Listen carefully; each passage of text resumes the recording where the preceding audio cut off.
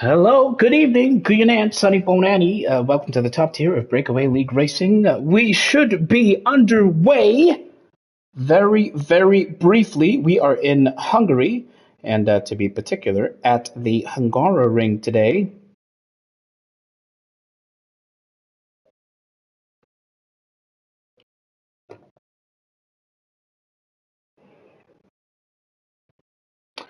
Thank you for making Breakaway your league of choice.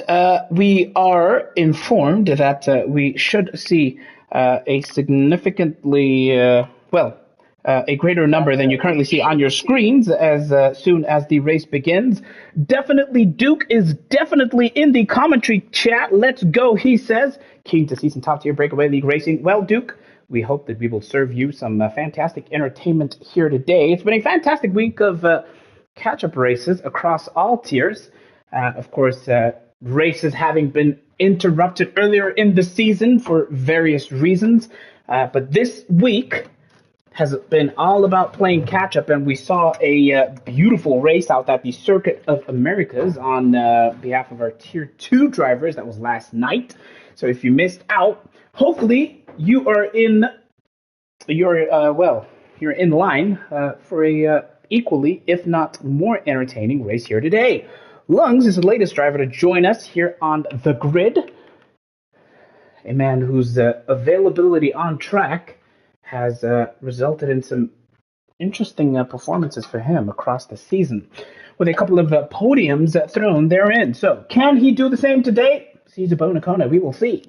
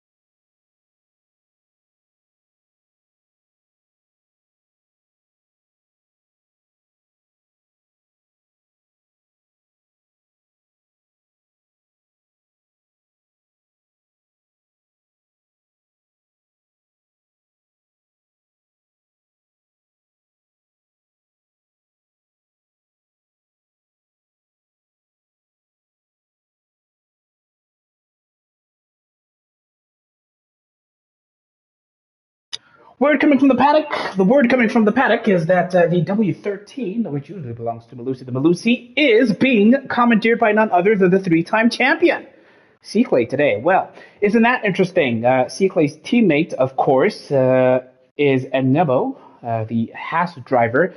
Word across the paddock is that he should be joining as soon as the race proper actually begins. So hopefully we will see both Hasses represented on track, but of course, the champion, Seaclay, is driving the Mercedes today. Ban Kobe is here after a decent showing at the Circuit of the Americas. Ban Kobe was quite happy to finish among the top 5, and he'll hope for either that or a lot more, being the fierce competitor that he is.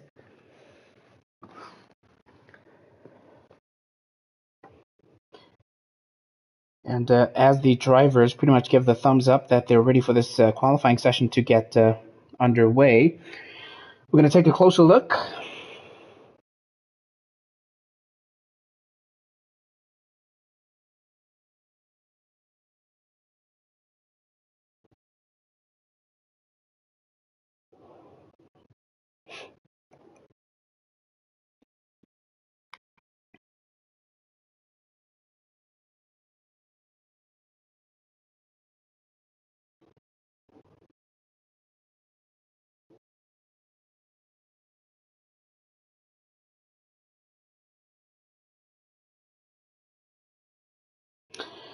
Interesting news coming through from the paddock. Looks like the champion Seaclay is going to be starting from the back of the pack, doing a last to first challenge, as we've seen Smirch Django do from time to time throughout this season. Wouldn't that be interesting? Of course, I wouldn't put it past him, being the quality driver that he is, to take advantage of any mistakes or indeed safety cars or any incidents which would happen out on track to claw his way up the grid progressively. They'll have 18 minutes in this first qualifying session to do as best as they can. The stakes are quite low here, remember, as we'll start to see drivers getting knocked out in Q2 because we have a fair few of them. Looks like 13 drivers in total. Don't be fooled by the 15 next to the champion's name. He says Q1 is the only session that he'll be partaking in, so that'll definitely make things quite interesting indeed. One of the first out on track as ever is none other than Tapiso, wasting no time, and similarly, someone who wasted no time out on track and had a beautiful race out in the Circuit of the Americas in our Tier 2 race, racing among the front runners and doing his best to stay in the clutches of the like of Django, who has set Tier 2 alight, is none other than Kid K, who joins us here in the commentary box.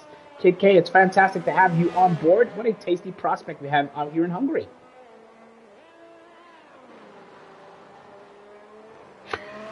Kid K, seemingly having issues with his mic, perhaps. Are you there, Kid K? Just checking in. Mr. Tyson, I'm just here spectating. I'm not doing anything. So. Kid K abdicating responsibility for communications. No, it's great to have you nonetheless, Kid K. Who's just making sure that the session and the lobby is operating as smoothly as possible. What a beautiful race Kid K had yesterday. And right now we watch the Ferrari F175 in the hands of Tapiso, who's going to be one of the first to give this lap around Hungary a go. He opens up that rear wing and sends it screaming down the main straight, hurtling towards turn 1, a heavy braking zone. And it looks like he brakes at the 100-meter mark or so. And it's a clean exit, sector 1 for Tapiso. Of course, this is a tricky corner. It's only at the 50-meter mark that he braked in turn 2, and turn 3 is without incident.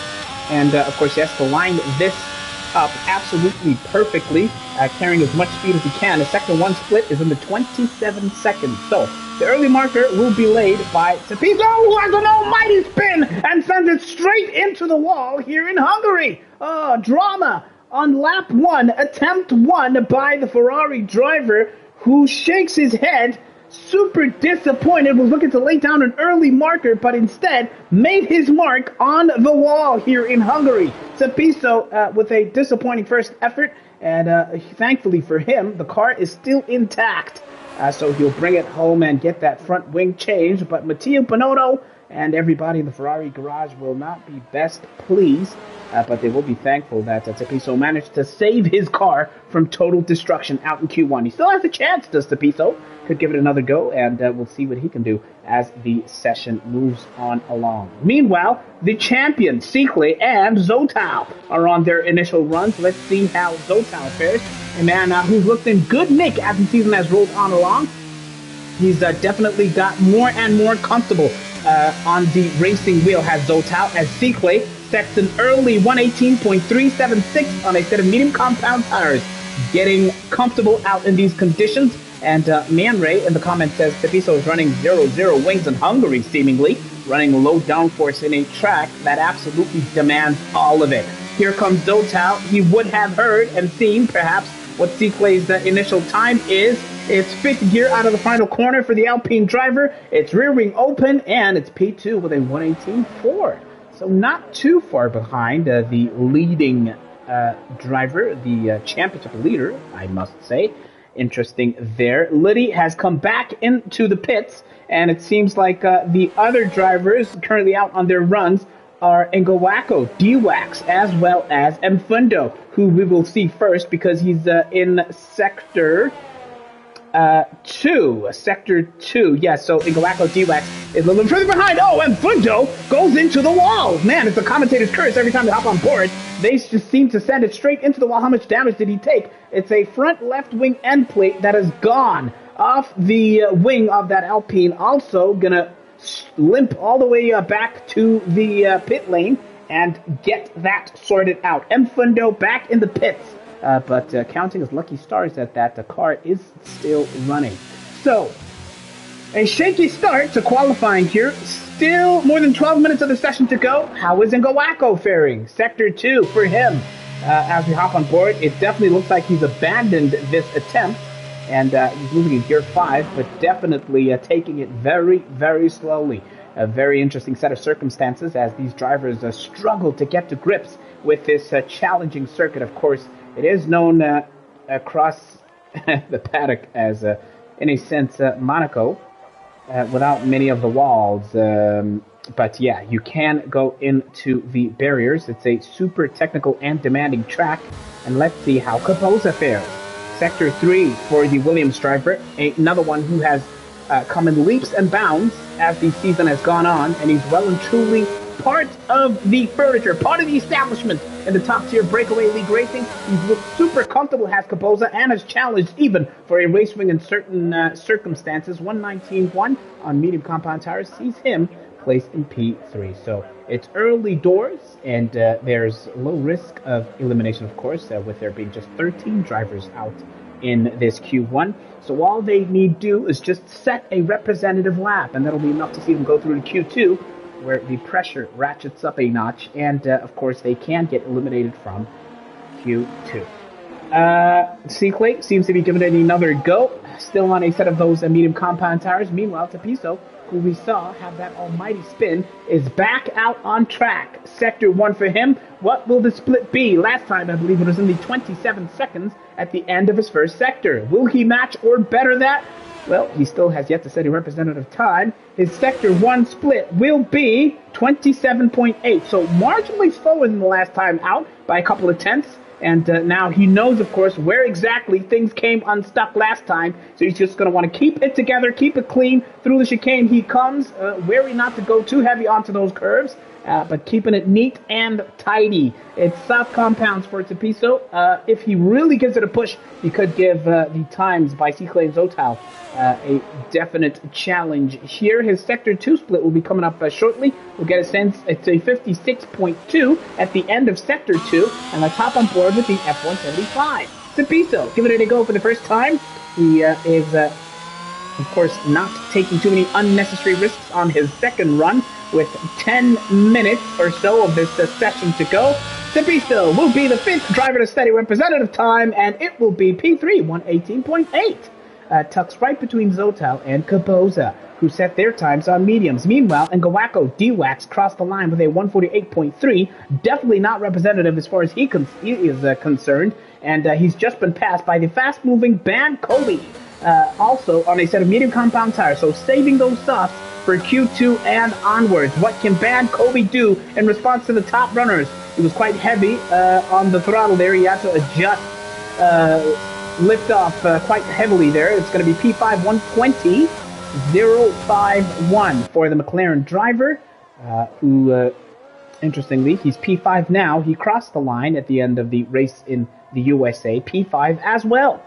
So a man who's looking to either match that or do even better this weekend as he looks to consolidate his place in the top tier of Breakaway Racing League. His teammate, Liddy T, is out on track on those soft compound tires. His Sector 1 split is already done, so we'll see what he can do in Sectors 2 and 3, and whether or not he can better the time set by Tapiso. 118.8 is the time that he's looking to reach as the champion goes even quicker on those mediums. 117.866, the quickest man by some margin today, and that is the gauntlet laid down to the soft tire runners who are giving it a proper push, a proper go. One of them being this man, Liddy, looking to fight his way into the playoff spots. Is Liddy, here he comes now, Sector 3. It's not going to be a challenging time, as you can see already. He's already into the 20s.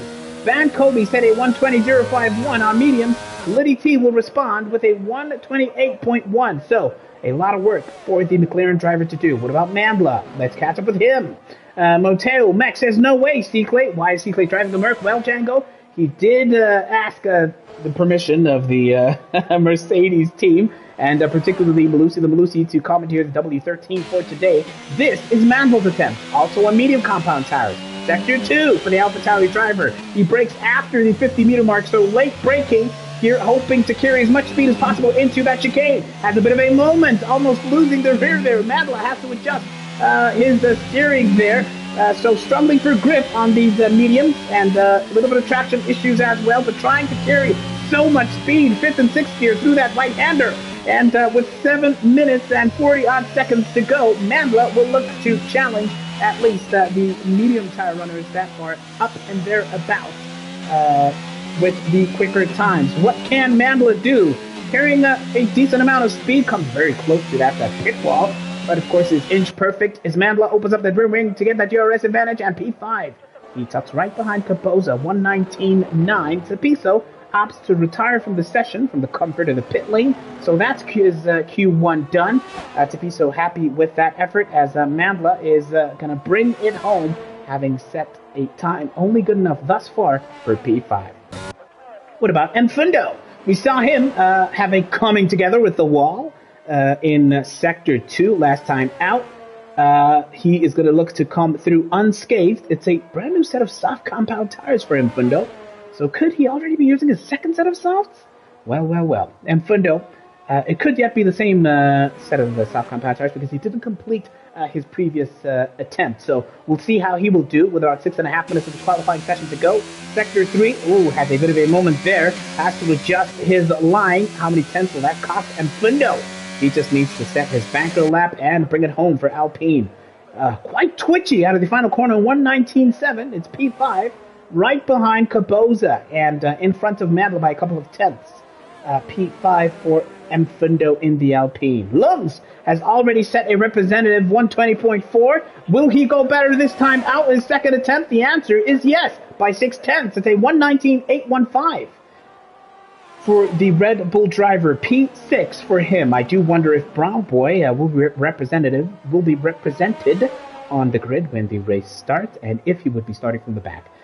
Seaclay says, don't lie, I look pretty good in the colors of Mercedes. No ways, Seaclay, said Mex, when Seaclay set that absolute scorcher of a lap. Someone who's looking to do that, or perhaps even better, is none other than Loveness. He didn't have such a great time out at the Circuit of the Americas. He could only come home in P11 outside the point. So he will know what needs to be done to make sure that he finds himself in the reckoning. Now, Loveness is a man who's had an interesting season. He's had a couple of DNFs, but he has also finished on the podium. In the Netherlands, he had a fantastic time, finishing P3 for a very, very memorable podium finish, and of course a result that contributed so much towards his season. He goes completely wide there in Sector 2, but comes back, was lucky not to invalidate, no track limit incursions there. He still managed to keep it together. His Sector 2 split is 57.607. Let's see now if he can recover and find himself at least challenging the likes of even Mfundo, but it might be a tall order, or is it? Here he comes into the final corner. He will point that straight and have a complete spin, and he had a nudge into the wall, did Loveness there, so he's quite lucky. I know he slammed those brakes with gritted teeth, hoping not to take any terminal damage. He crosses the line, courtesy of that spin. It's a 127.046 P9 for Loveness, and pretty sure he flat spotted those tires as he went for that almighty spin. Loveness, P9 currently, is the only man out on track. Everybody else in the pits. So as we mentioned, Loveness had that season best P3 race result in the Netherlands, and Bahrain was another track that he really enjoyed. He finished fourth there, and he's been trying as much as possible in the races that he has taken part in to be among the points finishers. He finished seventh in Singapore, and his start to the season was really, really rough. He crashed out in Jeddah, and he was not able to take part in the fifth race rather, which was out in Baku. And he also crashed out, of course, in the season opening race that was out in Belgium. So a mixed bag of results for Loveness, but nevertheless he's managed to find himself well within a comfortable position. At the start of this week, he had 66 points, and he was 10th in the drivers' standings. He was equal on points to his teammate Josh, aka Damnesia. So it's going to be interesting to see what he can do as this session and indeed the race rolls on along. Both Cyclé and Zotao are giving it a push, and we'll get a sense of what the champion, the three-time champion, and the chasing Zotao can do. Zotao's probably hoping to get some sort of a tow. Here comes Cyclé, hurtling towards turn 1.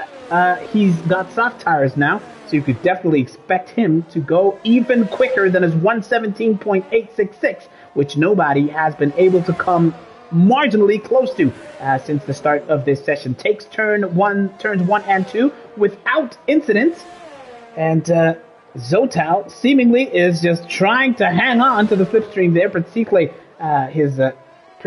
his cornering is so precise that it's giving Zotao a headache just to stay in touch. On board now with Cyclé, who's commandeered Mellows, the W13 today, who almost hits the distance marker there, taking all the liberties as far as track limits are concerned.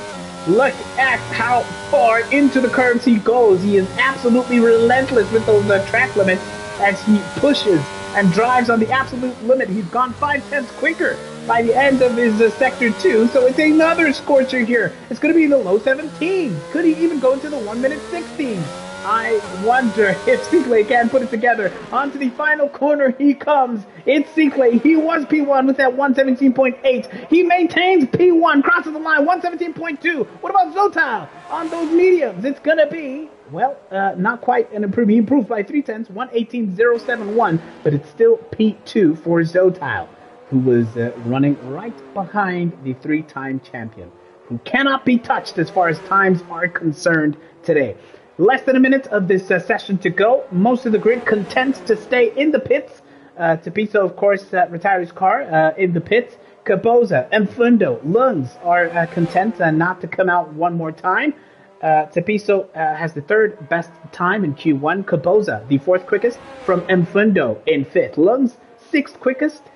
Romeo, aka Mandla, currently P7 from Ban Kobe in 8th. Loveness crossed the line in 9th, but he's just going to be content with that slow lap, which was impacted, of course, by that spin coming out of the final corner. And Liddy, P10, and Gawako, D-Wax, P11. Also not coming out for the rest of the session. They're just going to watch and let that time tick down towards the start of Q2, where things get a tad more serious, and we'll see a couple of these drivers on the brink of getting knocked out as we whittle them down to the top 10 who will battle it out for pole position here in Hungary.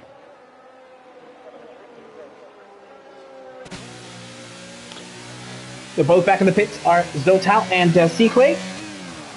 Let's catch up now with the comment section. And Kasana, good to see you. And Kasana lamenting the attendance. Driver attendance in Tier 1. Load shedding has really compromised our season, pretty much. And it's been quite sad not to be able to have a full grid as we saw at the beginning of the season, where we pretty much had all the drivers available and racing. And it would have been fantastic, of course, to see everybody represented and fighting it out for those top times. But at the end of Q1, once again, it's that man, Cyclé, topping the timesheets, 117.238. 8/10 clear of Zotao, and then 1.6 seconds ahead of Tapiso in that third spot. Caboza P4, Mfundo 5th from Lungs, Mambla, Ban Kobe in 8th, Loveness 9th, Liddy and D-Wax make up P10 and 11 respectively. Let's look at that. Cyclé, the only driver to use 2 sets of tires, the mediums to the softs. Otherwise, everybody else sticking to that single tire use in Q1. Expect that to change as the prospect of getting knocked out in Q2 becomes a reality. Cyclé is going to take no further part in this qualifying session, so it's up to everybody else. What can Liddy do? What can Zotao, Mandla, Ban Kobe, Loveness do? Lungs, codenamed Guzu, he's here. What can he do? I cannot wait. And Nebo says both Haas cars will be starting from the back because C-Clay is taking no further part in this. Man Ray says seeing them spin under zero pressure in the race, well, they better underfuel by 5 laps because there's going to be crashes galore. So Man Ray expecting carnage in this race. We'll see whether or not he's going to be proven right. First off, they all have 15 minutes rather, to stake their claim for a spot in Q3. And we'll see whether or not they can get that done.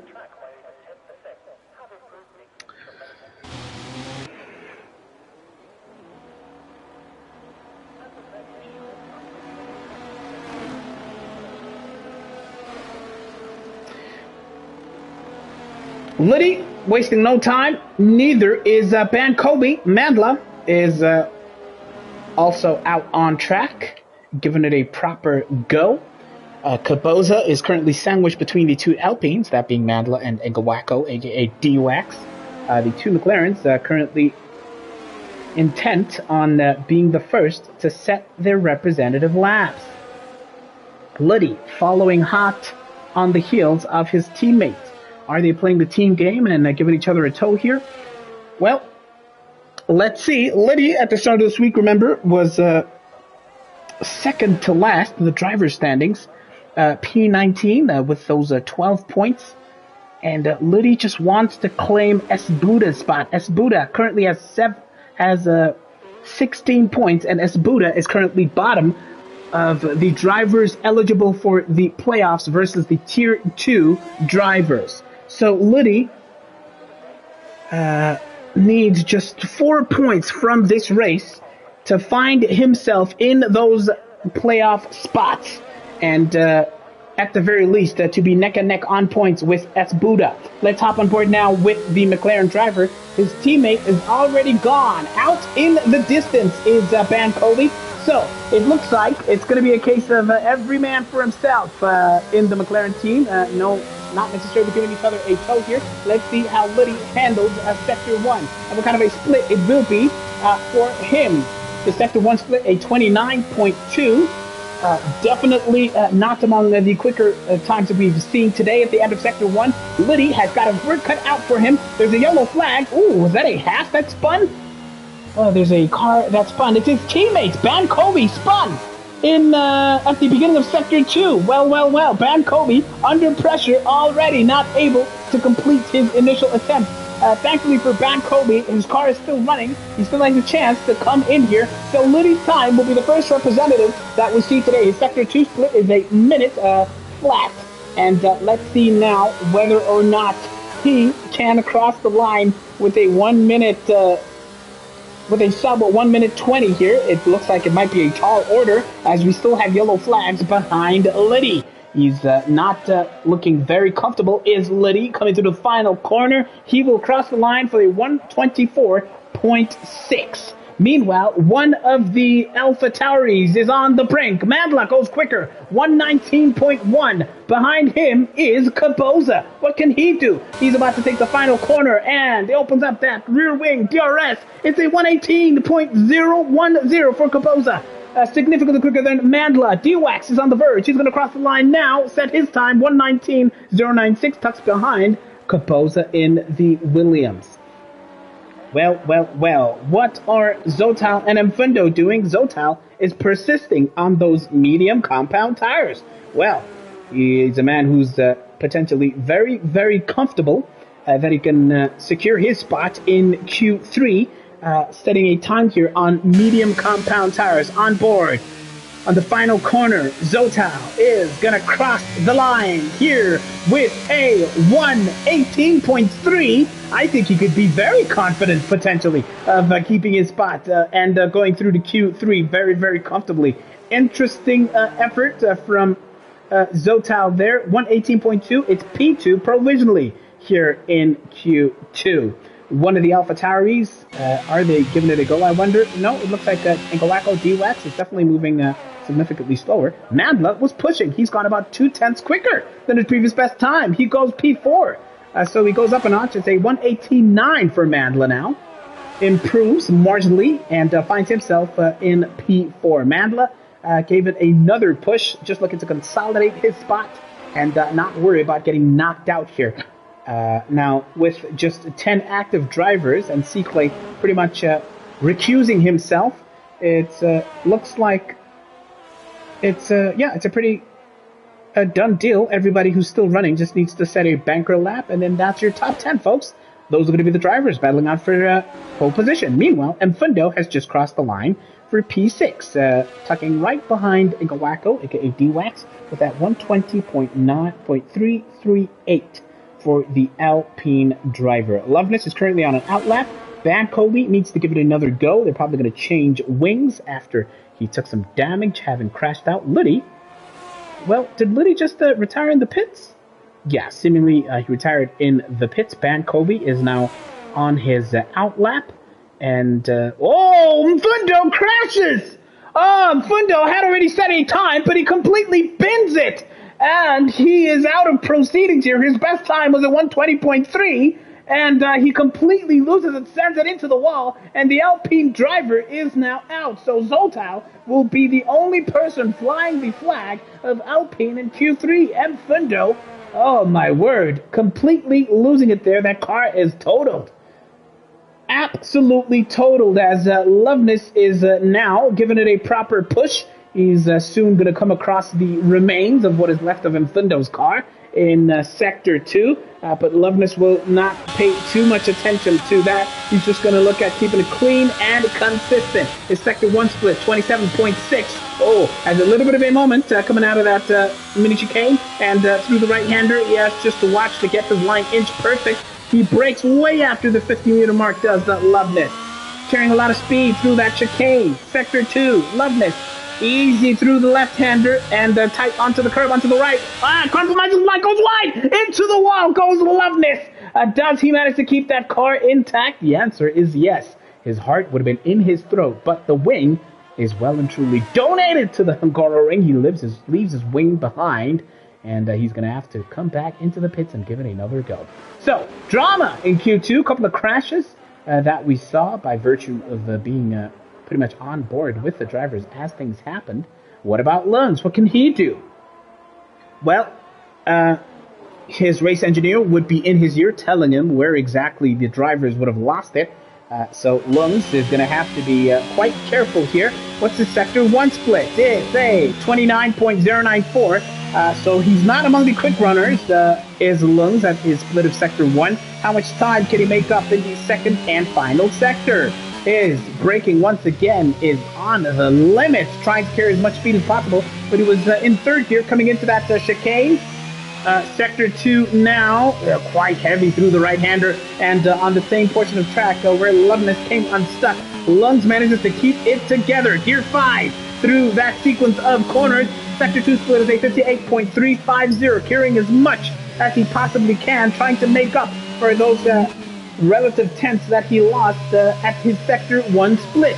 Relative, of course, to the likes of Kaboza and Zoltau. It's the final corner for Lunds. Here he comes now, keeping it tight. He opens up that DRS, trying to carry as much speed as possible. It's a 120.9, only good enough for P7. Lungs, currently 7th quickest, just behind Ingawako. D-Wax, as Loveness has brought it back into the pits to get a change of wings. We saw Loveness lose it, but he definitely pushed too hard, did the Alfa Romeo driver. Meanwhile, Van Kobe managed to bring it home and also count himself among the drivers in the 1-minute 18s, a 1:18.904, or 1,000th of a second quicker than Tepiso, who currently sits P4. So decent effort from Van Kobe. He gave it a proper push, and this we can presume is definitely his in-lap because he's going about half a second slower. And as you can see, his battery is well and truly depleted.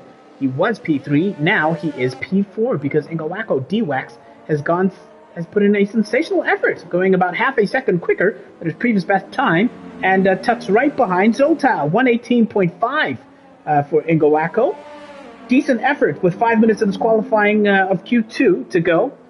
Ingawako tucks right behind Zoltau, who is now going for it one more time. Tepiso, once again, content to retire. Tapiso reckons, well, there's no need to risk it. There's only 9 active drivers, and we're all pretty much through to Q3.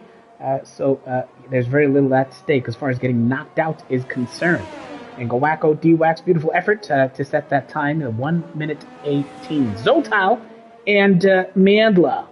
No, Zotal and Loveness are currently on their outlaps.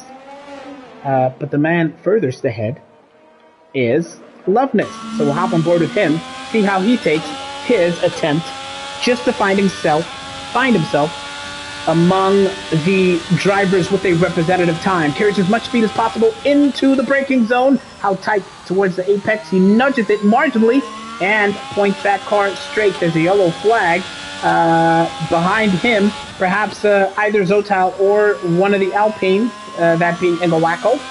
But Loveness will not pay too much attention to that. His Sector 1 is just looking to keep it clean, consistent, without incident. 28.3 is the split at the end of Sector 1. And here it comes now towards the slaloming sequence of corners. Hello, Malusi the Malusi. It's good to see you in the comment section, carrying as much speed as possible into the chicane. Trying to keep it inch perfect here and not come unstuck. He might be having flashes of the spot where he lost it, but he keeps it together. This time, does Loveness, so it's a clean effort thus far. Staying well within the track limits, not playing too much. 57.1 is his split at the end of Sector 2. So, decent effort. Could even challenge the likes of the time set by Mandla, Tapiso, maybe even Van Kobe. If he can keep it together towards the end here. Into the final corner. Ooh, so close to the pit wall. Is Loveness there, but he's driving on the limit. He crosses the line, 119.8. He's up right behind Mandla. For P7 for Loveness. Everybody else is back in the pits. Loveness breathes a sigh of relief here after that crash on his first attempt. No such worries now. Just over 2.5 minutes of this session to go. Zotal is on the verge here, has given it another go. He's on another outlap, so we'll soon catch up with him. Loveness, meanwhile, is just bringing it back home without any incident here. So, an interesting effort from Loveness. P7. But as things stand with so few drivers, he's comfortably through to Q3, having set that representative lap. Zotal is going to look to improve here on a fresh set of soft compound tires. Remember, his 118.3 was set on mediums, which is a beautiful effort. So Zotal is in the pound seats here to have a say for that pole position by the end of Q3, provided he does not have any incidents. Zotal, in recent interviews, has mentioned he's feeling about 95% sort of comfortable relative to the time when he was at his best. I did ask him if you could compare his times when he was still on the controller and was absolutely comfortable and confident. How close is he to feeling that way? And he told me he's about 95% close to being within that mark. Remember, his previous best time is at 118.3. What'll it be now? Into turn 1 comes the Alpine driver. Alpine's only hope right now, with Mfundo having crashed out earlier on. Sector 1 for Zotal, looking to nudge Kapoza off his P1 perch as things stand in Q2. A minute of the qualifying session to go. Look at the confidence with which he takes those corners. He's playing it on the limit. He's gone a tenth quicker. 27.7 is his split at the end of Sector 1. Here he comes now through the second. Watch how late he brakes. Coming into the chicane, it's fourth gear. Into the chicane, trying to carry as much speed as he possibly can. He's easing off on the throttle. He's not quite on the limits as we saw Sequay being earlier on, but he's still giving it a proper go, a proper push. A tenth quicker than he previously was, and as it stands, it's 4/10.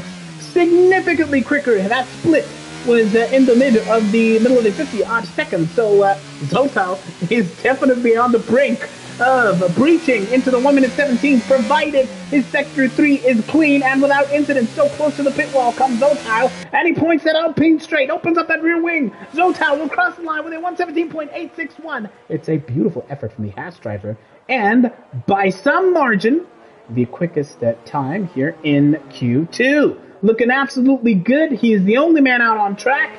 It's going to be a P1 spot in Q2. So Zotal carrying all the momentum, all the confidence through to the third and final qualifying session. Looking absolutely good.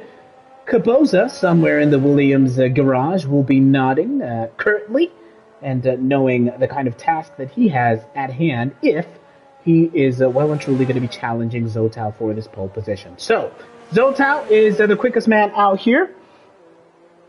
As Seaclay confidently says, well, somebody has to beat my Q1 time. Come on, says Seaclay in the comments. Geez, Zotal, says Wandal Chezzy in the comment section. As Zotal has laid down that gauntlet. Time is pretty much done, and as he comes in here, we will usher in the beginning of Q3, which won't have 10 drivers because Mfundo, sadly for him, binned it out on track.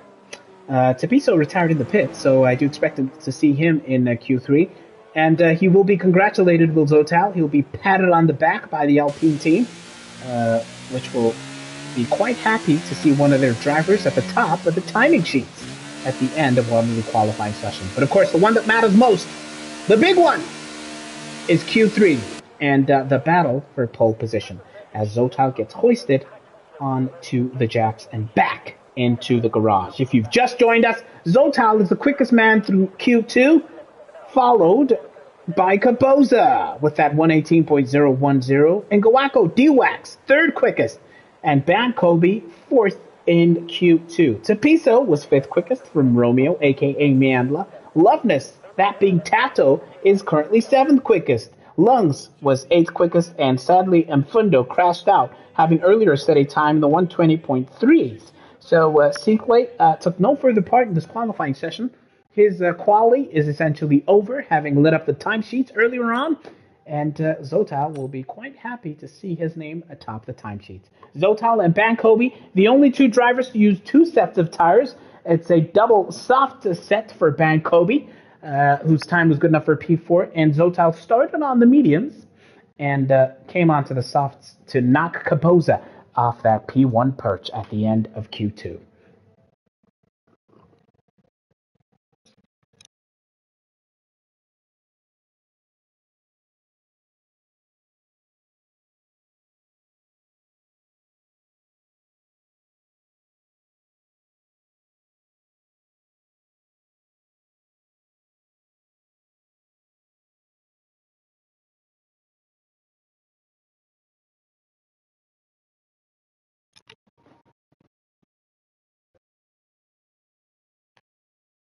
Coming here to the Hugaroring 1980, making it one of the longest running events on the current calendar, appearing continuously without a break.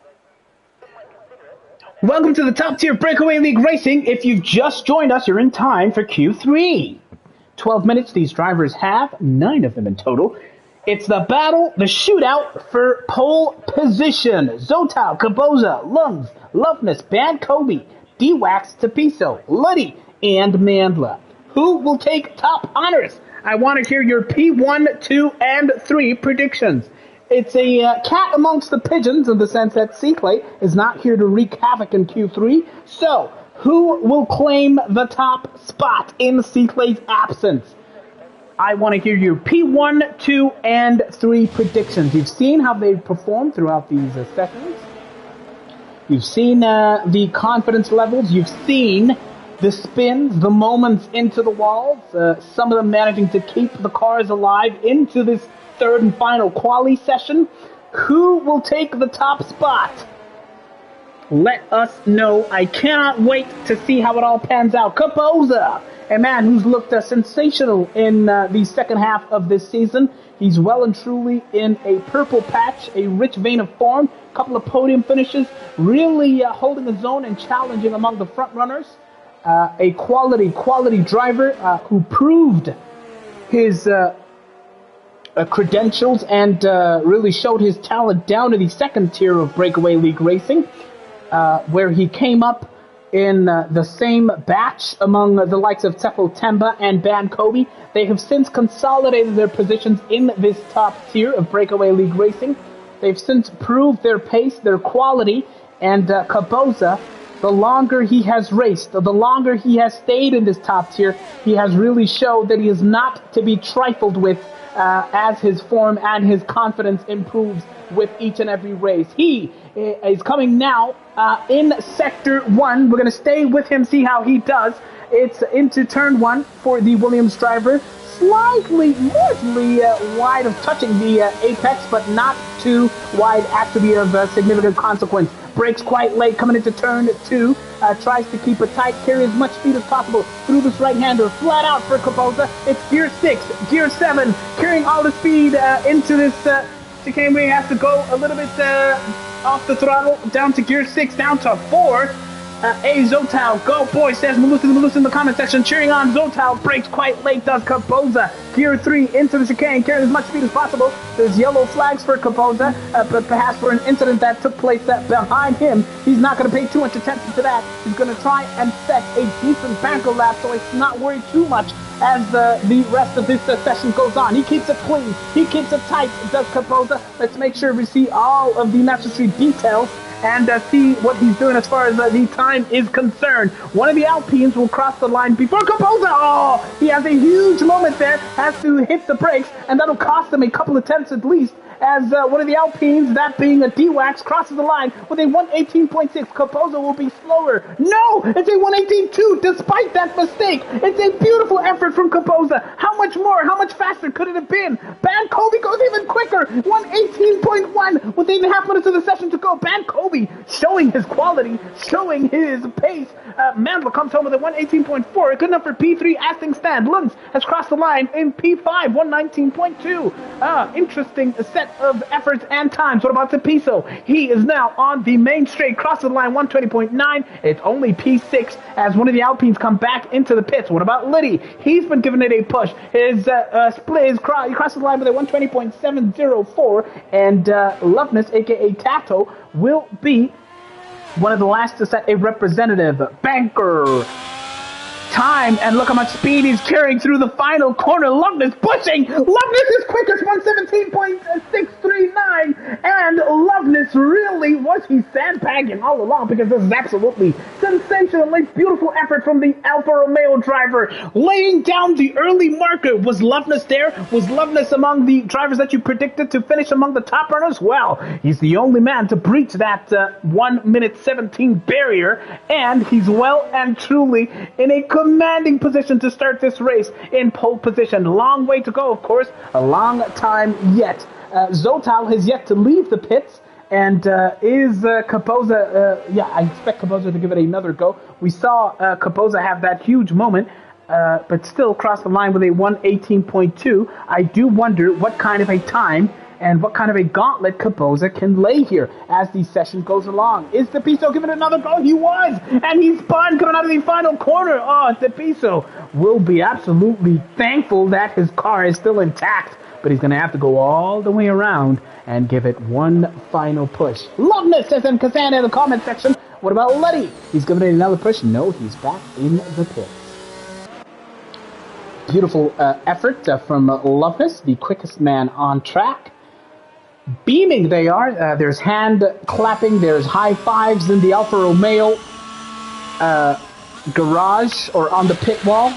Some back slapping, some fist pumps. They're absolutely elated with that. And somewhere in South Africa, Josh, aka Damnesia, is cheering on his teammate who is absolutely lit up the timesheets here with that 117.639. A beautiful effort from Loveness. And Tepiso and Zotal, who is on an out lap, are the two drivers currently out on track. We can assume that Tepiso might just be bringing it back home.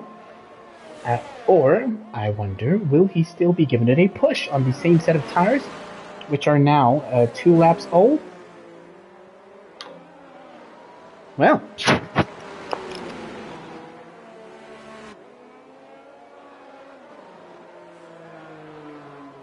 the answer there is no, as Zotal has seen what he needs to do, and he opens up that rear wing and sends the Alpine hurtling down towards turn 1. looking to brake as late as possible. Heavy braking zone it is. Zotal is going to beat my Q1 lap, reckon C-Play in the comment section.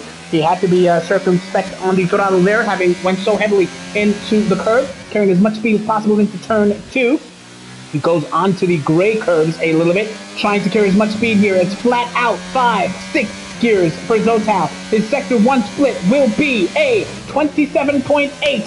So much speed through the curves there in Zotal. He's absolutely going flat out here as much as he can, carrying as much speed equally into this chicane. What will his sector 2 split, I wonder? And at this point, the Alfa Romeo pit wall is watching with bated breath, because they know what this man can do when he turns the wick up, when he turns it on. He is absolutely seamless here, and his sector 2 split is a 55.8. Oh, we have a battle on our hands here. Loveness, are you watching? Are you watching Loveness, aka Tato Josh, aka Damnesia somewhere? Because this man is on the verge of challenging. So close to the pit wall comes Zotal, playing on the absolute limits. Here he comes now. It doesn't look like he's going to challenge. It's only P4.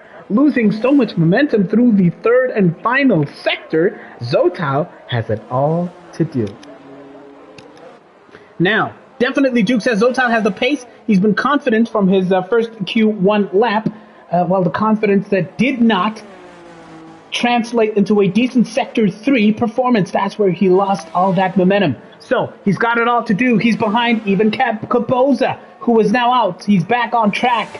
Is the Caboza giving it another push, another go. Currently in Sector 2. Let's hop on board with the Williams driver, see whether or not he can improve. Remember, Caboza came unstuck in the penultimate corner. He's got about a 10th quicker. Currently has Caboza, so he's looking to challenge the likes of Ban Kobe, but he's nowhere near enough a time to challenge Loveness unless his Sector 3 is sublime. This is the exact spot where Caboza lost it last time out, having to go hard onto the brakes lest he spins, but this time he kept it clean, he kept it together. He opens up that rear wing and he screams towards line. It's a 117.312. It's provisional pole for Caboza with 2 minutes 50 seconds to go in this section. He lays down the early gauntlet, going significantly quicker, 3/10 quicker than Tato, aka Loveness. Caboza shows you how it's done. It's a beautiful effort on here on his Q3 push lap. Beautiful stuff. And they now know what the gauntlet is, what the marker is. Loveness, meanwhile, has gone 8/10 quicker thus far. He pushes himself up to P5, 118.2 for the Red Bull driver. A couple of drivers on their push laps currently. And Gawako D-Wax has slowed down, so he's going to give it another go. It's an abandoned hot lap attempt from the AlphaTauri driver thus far, so we'll see how he fares as the session goes on. Ban Kobe back in the pit lane. His time only good enough for P3 currently, 118.151 for the McLaren driver. He's back now in the pits. What about Mandla and Gawako's teammate? He's currently making his way through Sector 1. Ahead of him, of course, is the likes of Caboza, who we could assume is making his way back into the pit lane, unless Caboza is giving it another push. But no, Mandla has definitely he's no longer pushing. What about Liddy? He's improved by about half a second, giving it another go, a proper push. Caboza back in the pit lane, the man in provisional pole position with so little time to go. Liddy almost going too wide there, but he improves by about 8/10, but it's only good enough for P8, 119.840 for the McLaren driver. Is Lungs giving it another push? No, he's coming back into the pits. What about Loveness? He's looking to avenge the time that Caboza had put in early, but as it stands with that red light flashing, I think we can assume that Loveness is on the verge of beginning his proper final push. So we'll see whether or not he can improve on that. Here he comes now. Remember, his previous best, 117.639. Can he improve? He knows what he has to do. He has to find 3 or more tenths to be able to reclaim that P1 spot. DRS open in Sector 1 towards Turn 2. How tight does he go? Ooh, a little bit circumspect there. He needs to carry as much speed as possible through this right-hander. He does exactly that. Gear 6. What is the Sector 1 split going to be? The answer is about 4/100ths of a second quicker, 27.6 split at the end of Sector 1. So he's giving it a proper go, but he's nowhere near close enough to challenge the time set by Caboza. crucial Sector 2 and 3. It's a last chance loon for the Alfa Romeo driver. As this session ticks down towards its conclusion, this part of the track is where Loveness lost it last time out. He keeps it together this time. Capoza in provisional pole as everybody else, Barluti and Tapiso, has an opportunity. Make that just one. Tapiso, the only man that can still hope to improve. Here comes Loveness, Sector 3. Final chance in the final sector for the Alfa Romeo driver. Tapiso, I wonder what he can do. Running marginally behind Loveness here. Here he comes into the final corner. So close to the pit wall there. Did he have to go on the brakes lest he crash? Oh, just his line. Will he take it? Oh no, he's gone marginally quicker. But that 117.5 is P2. A front row start for Loveness. Tapiso has spun. He was going quicker with Tapiso, but he pushed too hard because he lost it on the final corner. That means Capoza will start your race here, the Hungarian Grand Prix, in pole position. With that 117.3, it's a front row of Williams and Alfa Romeo as Loveness starts P2 and Gawako will start in P3. What a beautiful result for AlphaTauri. Absolutely sensational stuff. Ban Kobe, P4 start for McLaren. Look at that. Lungs will start P5, Zotal P6. He huffed, he puffed at Zotal, but he had no answer for this grid because everybody turned it up in Q3. Mandla will start in 7th, Liddy 8th, Tapiso will start this race in P9. There we go. In his attempt to catch up to everybody, this man, Zotal, using 3 sets of soft compound tires, but he did not have an answer for the pace, the precision, the speed of your top 5. Look at that, Capoza absolutely being cheered on so loudly. I can hear the noise coming from the pit wall at Team Williams. So somewhere in South Africa, S. Buddha will also be fist pumping and cheering on Capoza, who has looked absolutely sensational in this qualifying session and claims his first pole position of the season. Remember, the pole positions have been heavily dominated by Sikle this season, but Capoza really turning it up and finding himself leading proceedings here in Hungary. It looks like still blue skies. There's still some clouds out here. By now, the teams, of course, would know what the weather situation is looking like towards the end of or rather throughout the race itself. So we'll see what that looks like. And Nebo is here. He'll be taking part in proceedings. Both the Haas drivers having commandeered the colors of Mercedes today, interestingly. So we'll see how they fare as the race goes along. Thank you for joining us. Welcome to the top tier of Breakaway League Racing. And Cassandra was asking, what happened to Zotal? Sikle says he went out too late, or maybe Old Softs. Maybe Old Softs responding to Zotal's initial attempt to challenge, where his Sector 1 looked good, but the end of Zotal's lap was just nowhere near quick enough to challenge the top runners. We go racing in Hungary. Up next.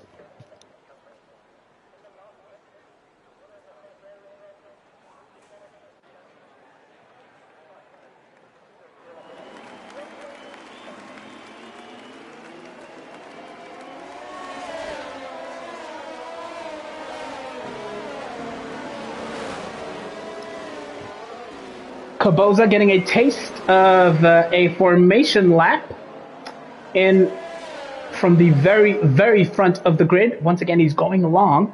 That's his strategy, starting on those hard compound tires. The two drivers behind him, Loveness and Ngawako D-Wax, will attack Capoza. Of that, you can be absolutely sure. They starting in mediums. Ban Kobe and Lungs on hards. And yeah, it looks like a set of a mixed bag of results as far as tire strategy is concerned. Hards for Bad Kobe and Lungs, mediums for Zotal and Mandla. Liddy, currently on hard compound tires as well, he's going to go long. Tapiso on the mediums and Fundo as well. Sikle, your champion, starting at the back of the pack, P11 for him. It'll be medium compound tires for him. And the man, of course, who is Sikle's teammate, that being Enlevo, also opting to start on hard compound tires.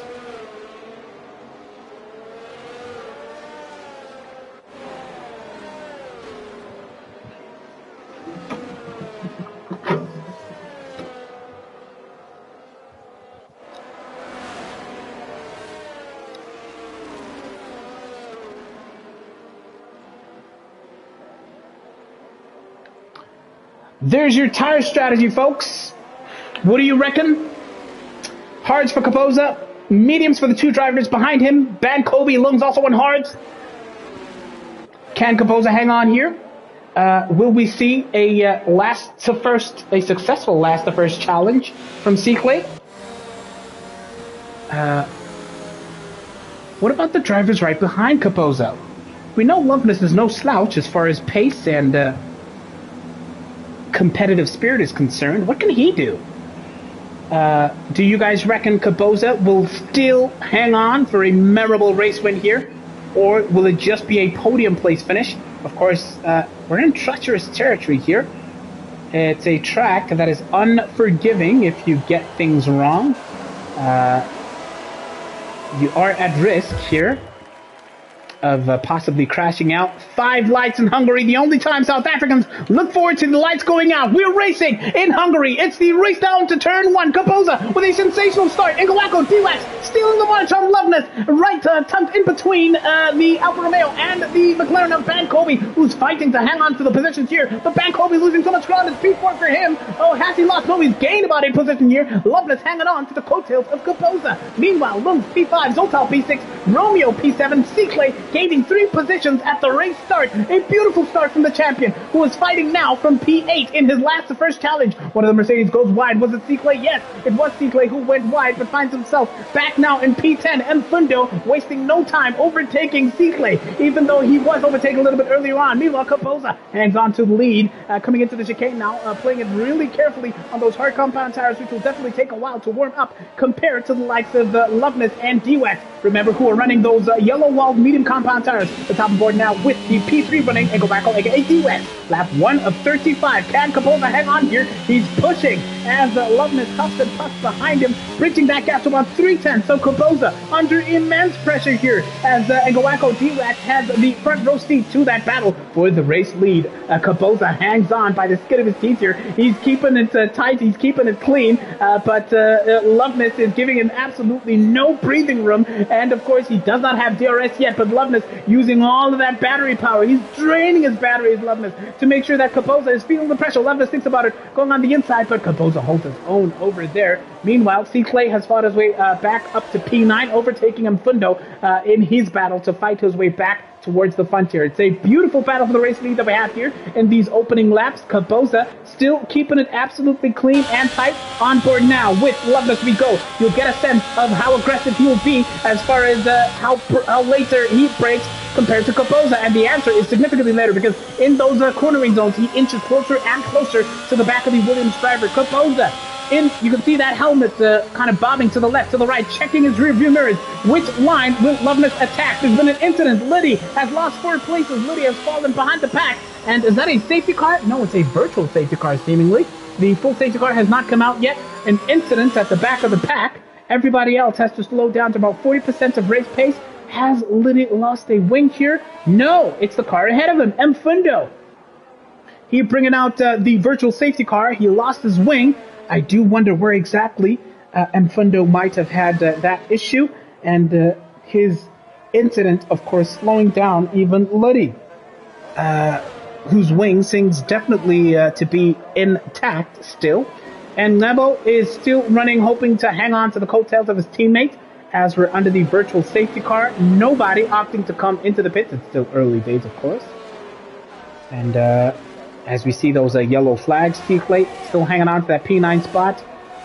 Fundo, on top of losing a wing, gets a drive-through penalty for speeding under the safety car before it ended. And now the safety car is over.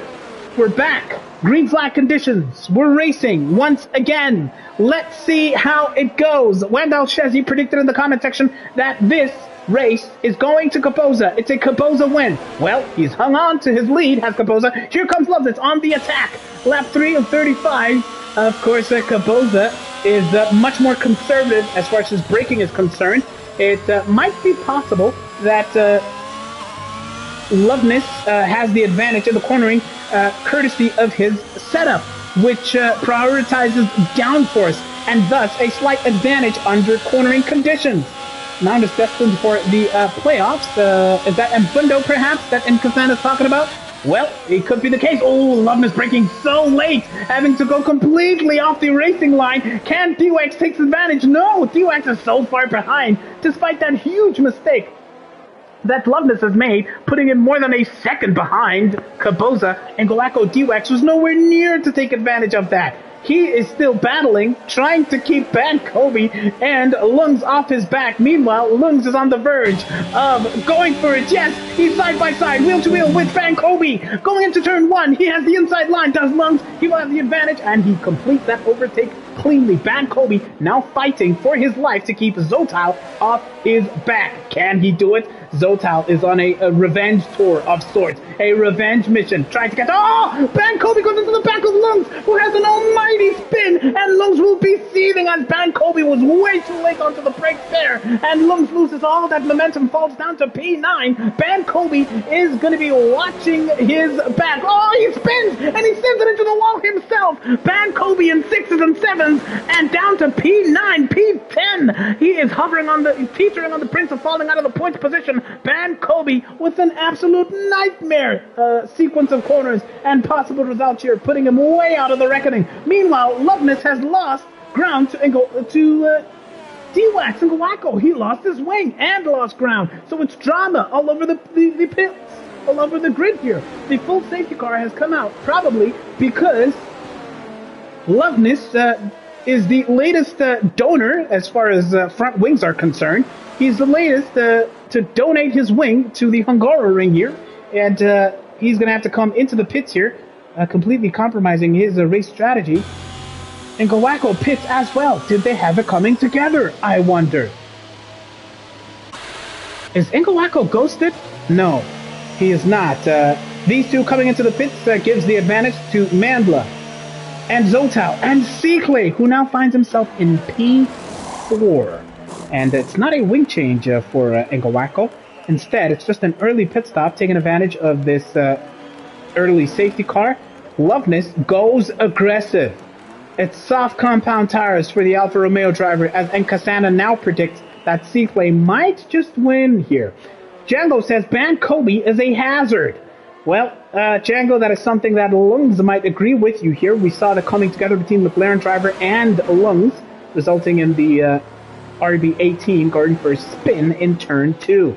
Ban Kobe late on the brakes, and Lungs livid as a result here, but it's a fight back in prospect for Lungs now, and he's going to have to do so from the position of P6. Kaboza leads proceedings, 4-lap old hard compound tires. So his strategy, not compromised. He was going to go long anyway, and he's going to be content to stay on those hard tires.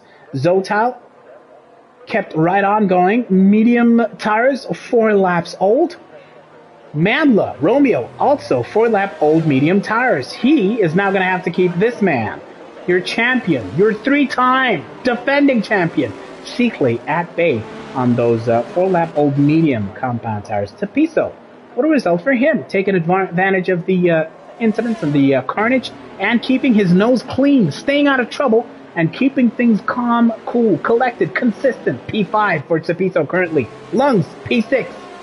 It's a not a bad position to be fighting back from, especially considering that 4 drivers ahead of this man are running mediums. So, knowing that they will pit earlier, Lungs might yet perhaps go on the attack early and try to pip the medium tire runners and, well, have an advantage later on if he can perhaps bag a cheap pit stop.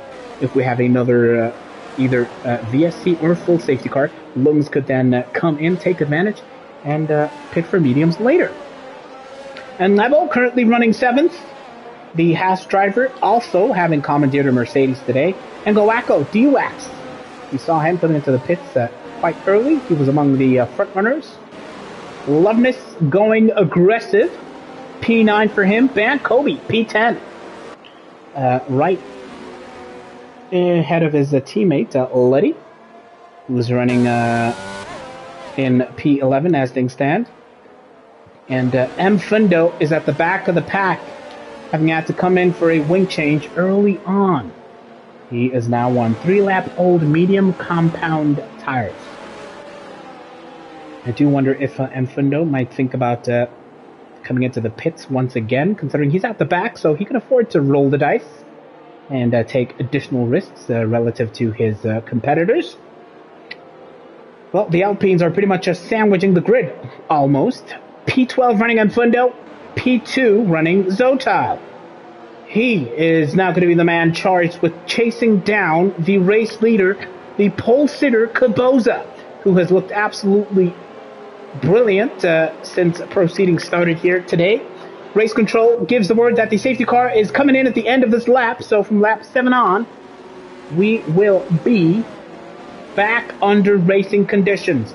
To the left, to the right, the cars weave, just trying to get any semblance of tire temperature into those mediums, hards, and soft tires respectively.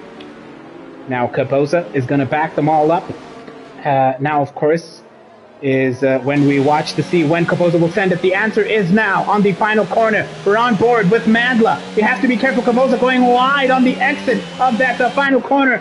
Sikle is going to be among the drivers, giving it a proper push, a proper chase. Into turn 1 they go. The gap is about 7/10. Kaboza has all the advantage, but can he hang on here? Mandla 3/10 behind the Alpine of Sikle. So Mandla giving absolutely no breathing room to the Alpine of Sikle. He is right on his tail. Mandla versus Zotal rather. Mandla versus Zotal. Alpine versus Alpha Tauri. What can he do? He carries all the speed through turn 3, absolutely pushing it as they're going to have to ease off the throttle into this left-hander, but Mandla carrying much more speed than Zotal. He inches closer and closer as they come through the corners. Oh, Kaboza comes unstuck and Zotal takes full advantage and takes the race lead. He is in command as Zotal. Kaboza's mistake absolutely ruthlessly, mercilessly taken advantage of by the Alpine driver. And Mandla can smell blood here, because if Kaboza makes another one of those, he will slip down from the race lead to perhaps even out to the podium places. Kaboza with a huge mistake. And here comes Sikle on the attack. He's less than a tenth behind the AlphaTauri. Right, tucked on the inside, but did not quite have enough to get that move done at that particular corner. Sikle giving it absolutely everything he's got. Behind him is the F-175 in the hands of Tapiso. What can Sikle do here in his chase versus Mandla? He's going to point that car straight. Who gets a cleaner exit? Look at Sikle, tucks right into the slipstream of the AlphaTauri of Mandla, aka Romeo. Tapiso hanging on for dear life. Tapiso thought about it, but he was nowhere near close enough to get that move done. Sikle still P4 coming into turn 1, holding his own. Kaboza has a gap of about 0.6 of a second from the race lead, currently held by Zotal. Beautiful day for him, a man who struggled towards the end of quali to really make good on his promising Q2 pace, but right now he's in control of the race. Running on those 7-lap-old medium compound tires, it's P1 currently for Zotal. Sikle versus Mandla. How will this battle go? Can Tapiso hang on here? He's been using a little bit of his battery, down to about 68% of battery life for the Ferrari driver. Meanwhile, Loveness has been hoping to go on the attack. Soft compound tires, brand new set for him. Well, 3 laps old now. And behind Loveness by a factor of almost a second is Lung. Tasty race in prospect we have here as Tapiso has the front row seat to the battle for the race lead. 4 cars ahead of him, and closest, of course, is Sikle versus Mandla. Sikle is right on the tail, as you can see, directly ahead of this man. On board now with your champion, we go. He has Mandla in sight, can smell the fumes coming out of the back of the AlphaTauri. Oh, has to brake, has to be conservative, of course. Mandla making that car as wide as possible, as ahead of him, Kaboza coming unstuck, going wide at that corner there. Zotal, the quickest man on track, 121.912, as the stewards give word that the DRS has been enabled. Sikle has to brake quite late. Kaboza struggling, going quite wide. His cornering really struggling. Kaboza now thinking defensively instead of thinking offensively and thinking about Sikle. Kaboza has his eyes, that helmet, moving to the left and the right. He's keeping his eyes firmly fixed on Mandla, and as he does so, Mandla, number 1, inches closer and closer, and Zotal gets a 1.3 second buffer of breathing space. Mandla, who's huffing and puffing trying to keep Seaclay at bay, gets a 3-second time penalty. So early in the race, he becomes the first driver to rack up a time penalty for track limit incursion. So Mandla, huffing and puffing, breathing heavily.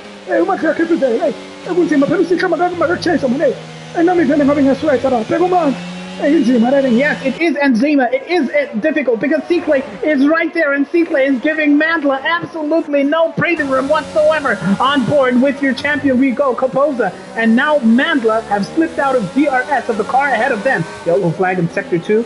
There's an Alpine. It might be Mfundo. Yep, Mfundo, if you look at the bottom right in your track map, he's come unstuck somewhere Sector 2. Bringing out the... Bringing out the safety car. An opportunity for the top runners to pit. Kapoza goes long. The medium runners say, no, this is my chance to pit. Meanwhile, Bankobi and D-Wax had a huge coming together. I wonder if D-Wax lost if Bankobi lost the wing here. Mandla is panicking, says Tindo in the comments. Kapoza, Lunds, and Nebo, and Gowako, who are on hard compound tires, the only drivers to carry on here. I just want to see if Bankobi took some damage to his wing here, because got a time penalty for that collision with Ngawako. Yes, he serves his time penalty now, 5 seconds before the wheels go on. And is it a new wing for Bankobi? Soft tires? Well, that is very, very interesting. We did not get a decent angle to see whether or not that Bankobi also changed wings there. So it's to the back of the pack for the McLaren driver. Thankfully for everybody, nobody has totaled their car. Nobody has lost their car completely. Mfundo, who had that huge spin in Sector 2, is still at the back, but thankfully he's still running. A brand new set of hard compound tires. Expect him to push this set all the way through to the end. Well, we still have a lot of racing to go. Remember, this is only lap 10 of 35 behind the safety car. Kapoza opted to stay out. His hard tires now 9 laps old, but he's going to have to do a lot better than his defense on the previous race restart. He leads the race now by 1.3 seconds from this man, Lunds. It's a beautiful recovery from the man who was tagged and had that spin when he had that coming together with Bankobi. And Neville has also yet to pit P3. He's now gained all those positions. And Gowako, D-Wax now up to P4. Liddy, P5 for him. He had already pitted, but is currently running a set of 5-lap-old medium compound tires. Behind him is the man who led the race just before the safety car, that being Zotal for Alpine. Mandla was under so much pressure, made mistakes in his defense against the champion. Has to contend with a time penalty. Currently running 7th. This man, the 3-time champion, Seaclay. New set of hard tires for him. He can conceivably take these all the way to the end. Love Miss went aggressive after the recent safety car. He was on softs. Now he's on mediums. And this being lap 11, fresh set of mediums, he also conceivably can push these tires to the end. Sapiso currently running 10th. Brand new set of hards for him. Mfundo, similar tire strategy. And Bankobi, who at this point can afford to be risky, is running a set of soft compound tires, perhaps hoping for another safety car, is Bankobi, currently at the back of the pack. Lap 11 of 25, Kapoza leads proceedings. If you've just joined us, it's been a dramatic race here in Hungary. And Kasana says, lap 10 and already 2 safety cars and a VSC. Mandla is panicking. Zotal says, or rather Tindo says, Zotal uses spinner. Maybe Tindo right. Maybe I'm not speaking to Tila, man. I'm not careful. In South Tila sometimes. Sometimes the spirit of BMW, some games so Tila, Makatala spin. I'm not Agnes space of spinning. Most spinner also chasing bone as a team.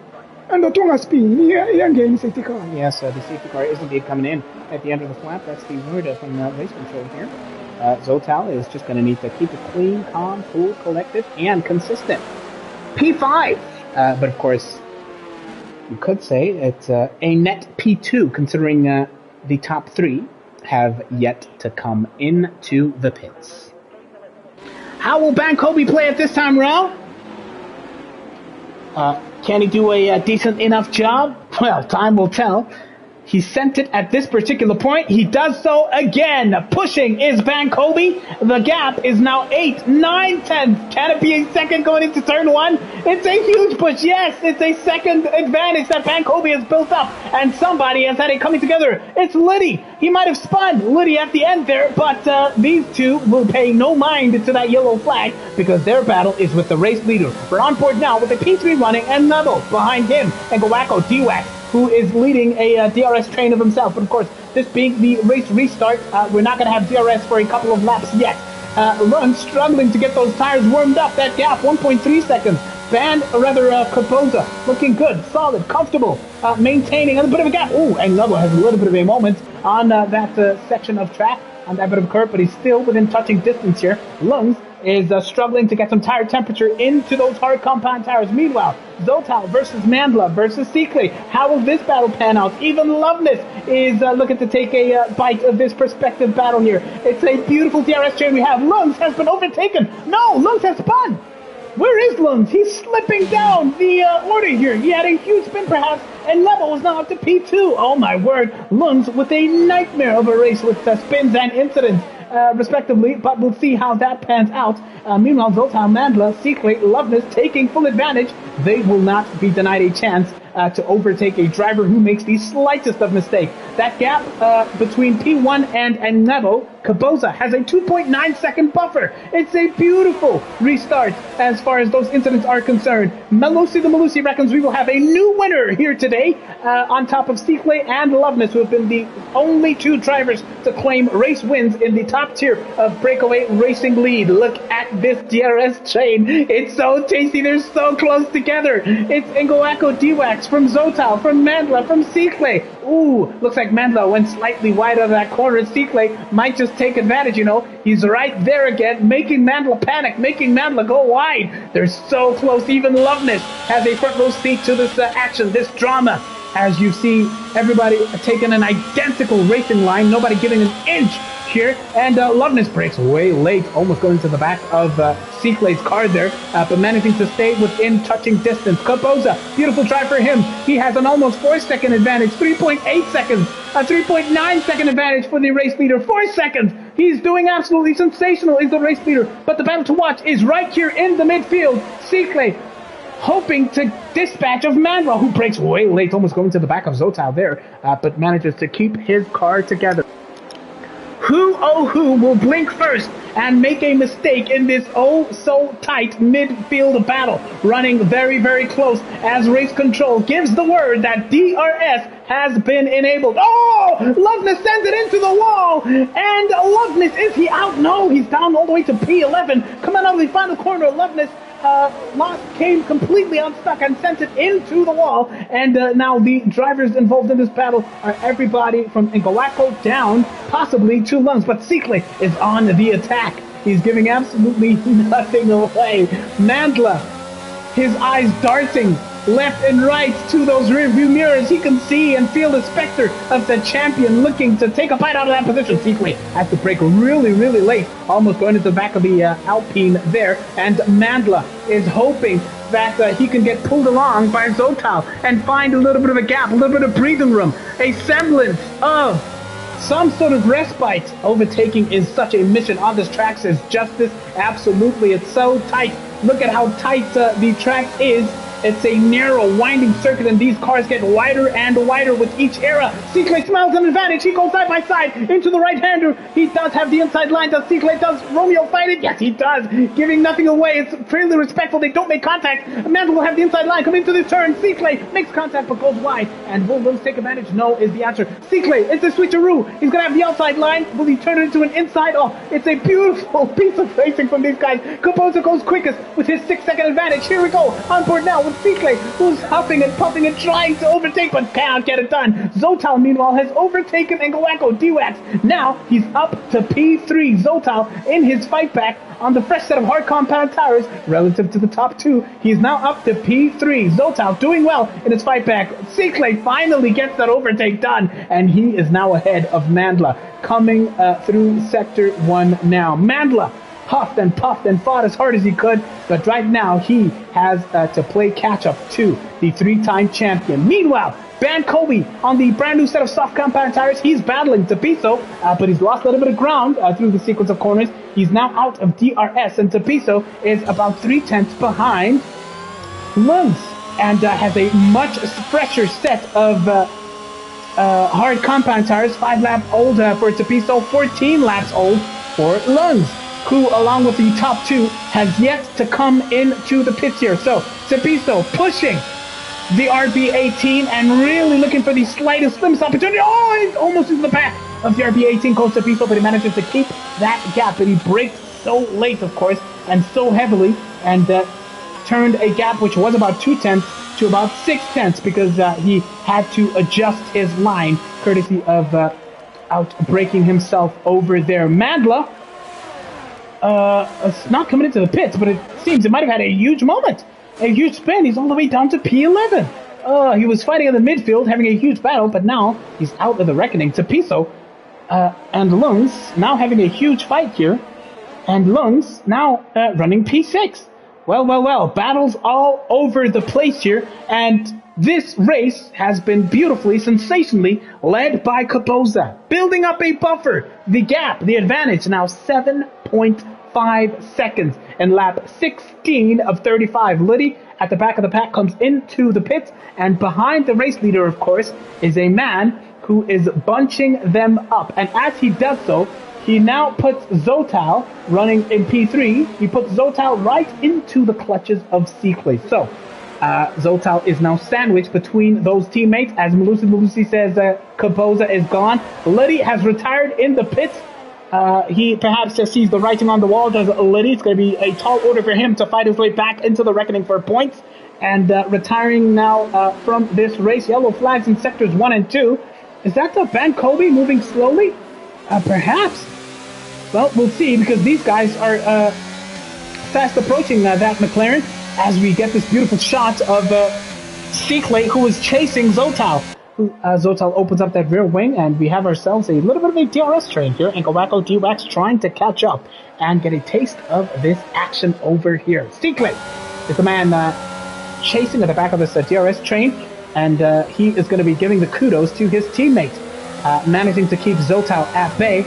And when Seakley smells the opportunity, he is going to absolutely go for it.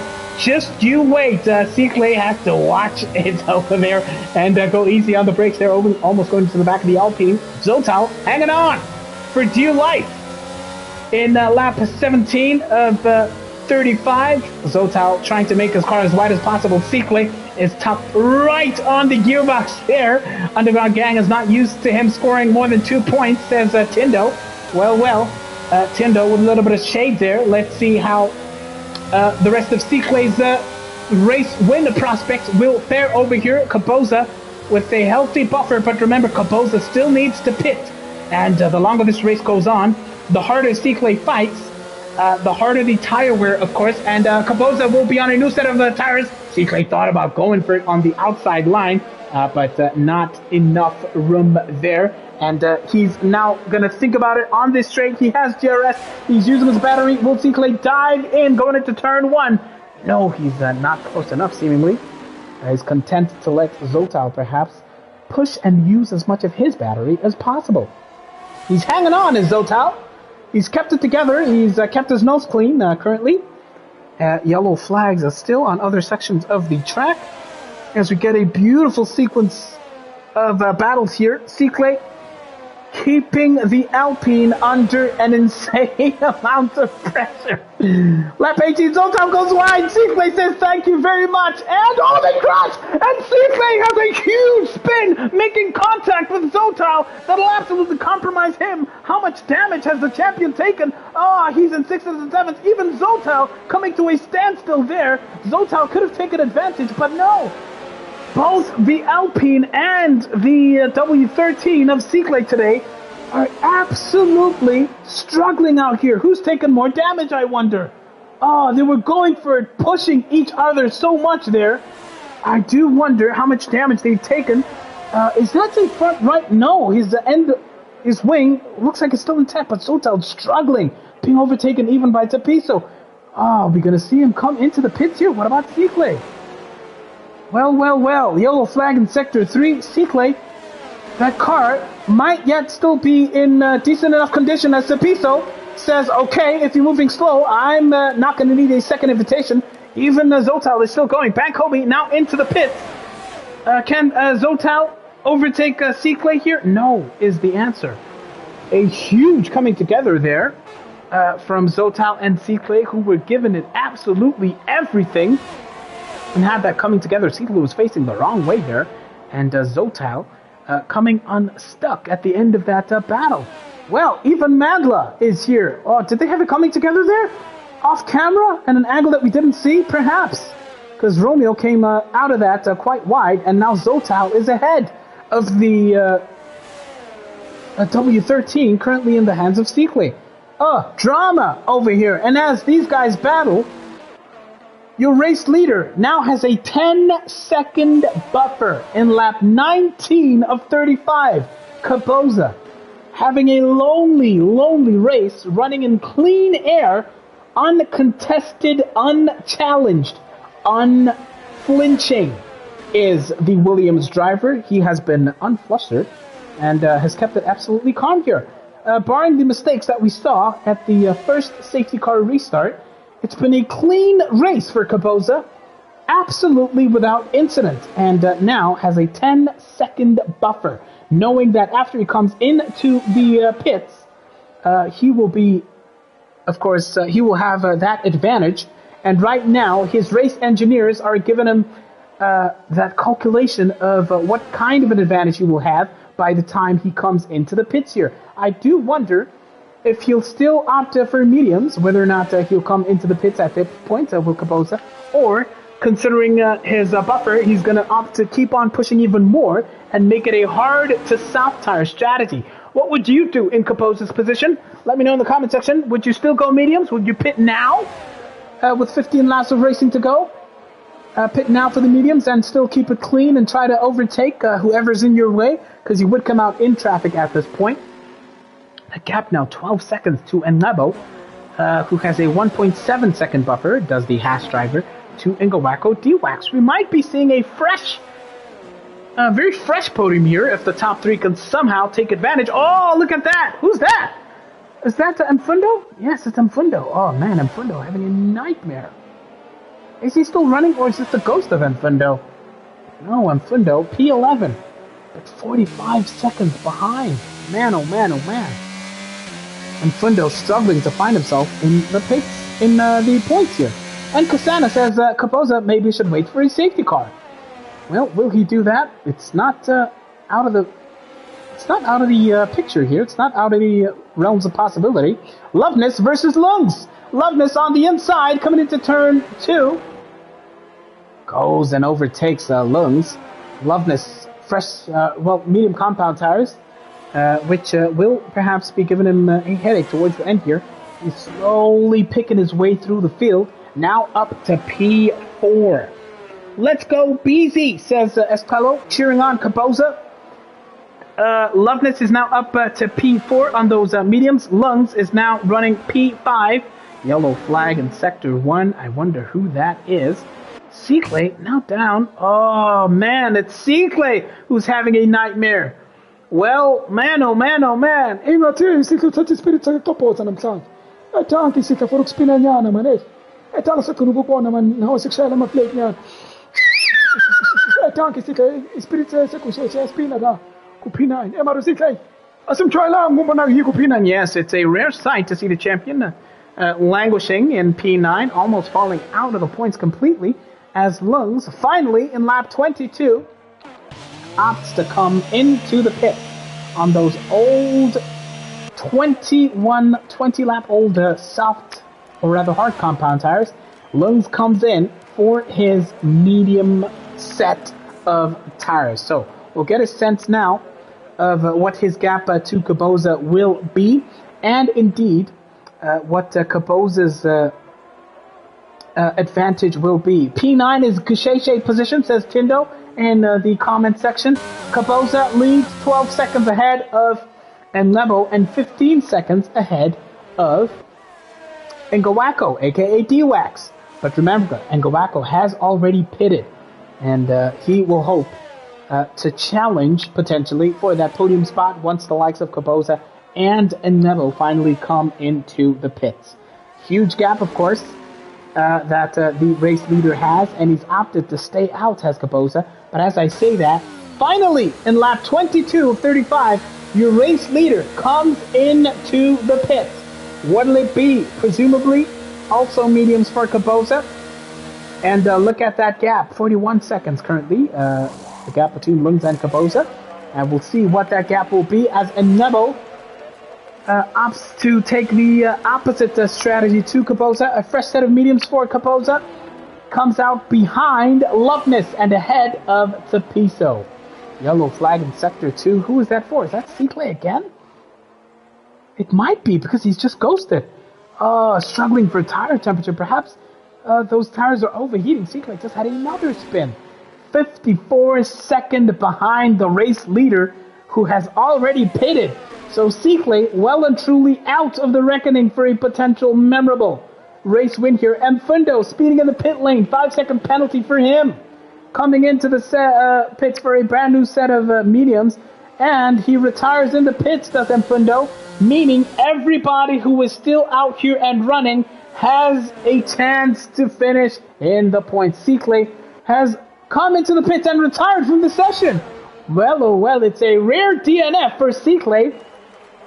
And it's a pretty much free hit for a memorable race win for any one of these drivers. And Nebo did not come into the pits. Seaclay becomes the third driver to DNF out of this race. Here comes Nebo, who will be passed by Ngawako D-Wax, currently running an old wing. An old, rather, set of the hard compound tires is Ngawako. Even Kaboza surpasses the now P5 running Enlebo. Who is that? Oh, Enlebo spun! No. Was that Mantla who spun? Who spun? There was a slow-moving car there. It might have been... no, Enlebo was only coming out of the pits now. P6 for him.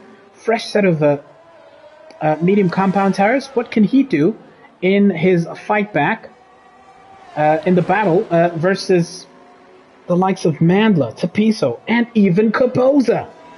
Well, Kaboza on his brand new set of medium compound tires is now fighting Loveness and Ngawako. With 11 laps of racing to go, Kaboza is in the podium places. He now has to keep it clean, keep it without incident, as Zotal sets the fastest lap for Alpine, a time in the 1 minute 20s. Seaclay suffered rear wing damage, courtesy of that crash that we saw with Zotal. Unfortunately for him, commiseration for Seaclay, who was confident that he definitely would have had a memorable race victory here. But instead, we will have a brand new race winner in the top tier of Breakaway League racing. Kaboza is the quickest man on track, 120.336 in his fight back to reclaim the race lead. He is now within DRS of Loveness. Here they come now. Look at Kaboza. He has a huge advantage as far as battery life is concerned as they come now into this sequence of corners in Sector 1. Kaboza, it's advantage Kaboza. He needs to keep it clean towards the end of this race. He's going quicker. Is Kaboza? Lungelo says, I'm just hoping Zotal does not get top 5. Well, Zotal has his fair share of haters as Loveness looked to go for it versus D-Wax, but Loveness has no grip. He has no room to go for it versus D-Wax there. Kaboza just needs to be careful here and just play the long game, knowing that on the DRS straights, he could be taking advantage here. But can he do it? 10 laps of racing to go. It's Kaboza versus Loveness versus Ngawako D-Wax, who is running those old 20-lap old hard compound tires. But Ngawako backing these two up. Kaboza needs to keep it clean, needs to get a beautiful exit here. Can he do it? It's the main straight. It's a golden opportunity for Kaboza and Loveness, who's about a tenth off. Loveness dives on the inside of the Alpha Tauri. Loveness, who they have the inside line. There's three cars going side by side, and Kaboza eases off there. He's not taking unnecessary risks. Oh, Loveness! Who's that spinning? No, nobody has to spin. Kaboza's up to P2, and it's Kaboza versus Loveness into turn 2. Will they touch? Yes! Does Loveness spin over there? No! They made a little bit of contact, but Kaboza is now into the race lead. Kaboza, lap 26 of 35, reclaims the race lead from Loveness, and Ngawako on those much older hard compound tires is hunting down Loveness now for that P2 spot.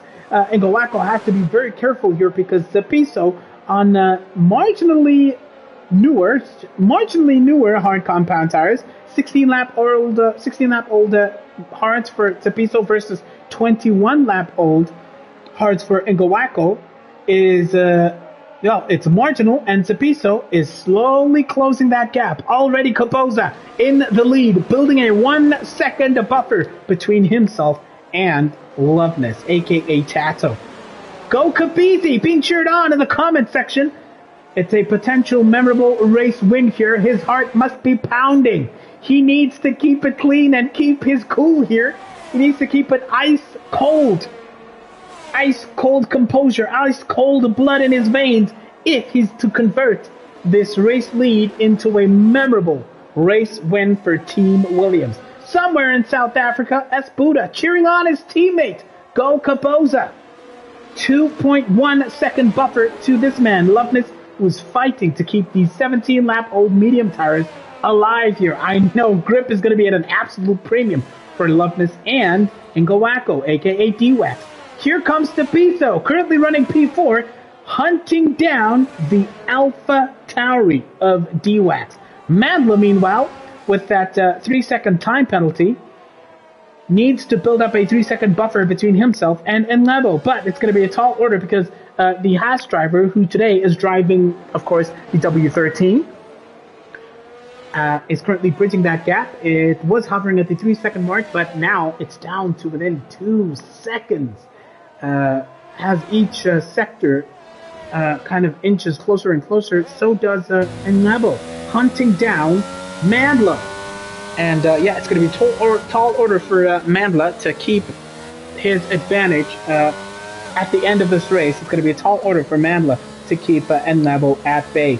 And it looks like we might have an overtake on the cards here.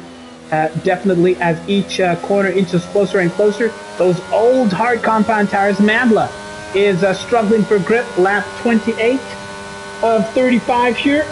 Here he is, and Levo is now within DRS. At the next DRS straight, he will be able to take advantage. Oh, Mandla has a huge spin coming out of turn 1. Oh, Mandla, all he needed to do was just keep it together, but those hard tires really struggling. And he's overtaken there without giving it a fight. He's now down to P6, and Lungs is next up. That gap now 5.3 seconds. And then Lungs will potentially overtake Mandla, who you would remember is the only man with a 3-second time penalty because of those earlier mistakes that he had made. Track limit incursions. Well, Lungs is going for it. Lungs versus Mandla is the next battle on the cards. Ban Kobe on his fight back, 13-lap-old hard tires. He is chasing down Zotao, who has a much fresher set of medium compound tires. But as I say that, Ban Kobe is keeping that gap steady at about 2.3 seconds. Let's see what he can do. On board now with Ban Kobe, who's managing to find a little bit of pace in these late stages. Oh, of this race, as I say that, he messes up his line there and goes a little bit wide. And that gap, which was down to 2.2 seconds, is now up to about 2.5 seconds. So, Ban Kobe not having such a decent day out here. Loveness tire management, says Langello. Speaking about the man currently running in P2.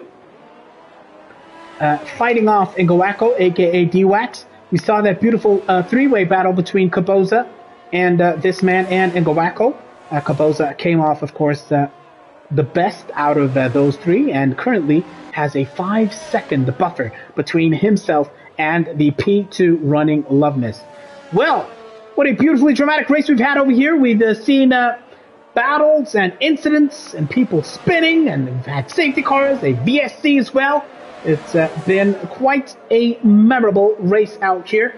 But of course, the story of the day is the brand new race winner that we have in prospect.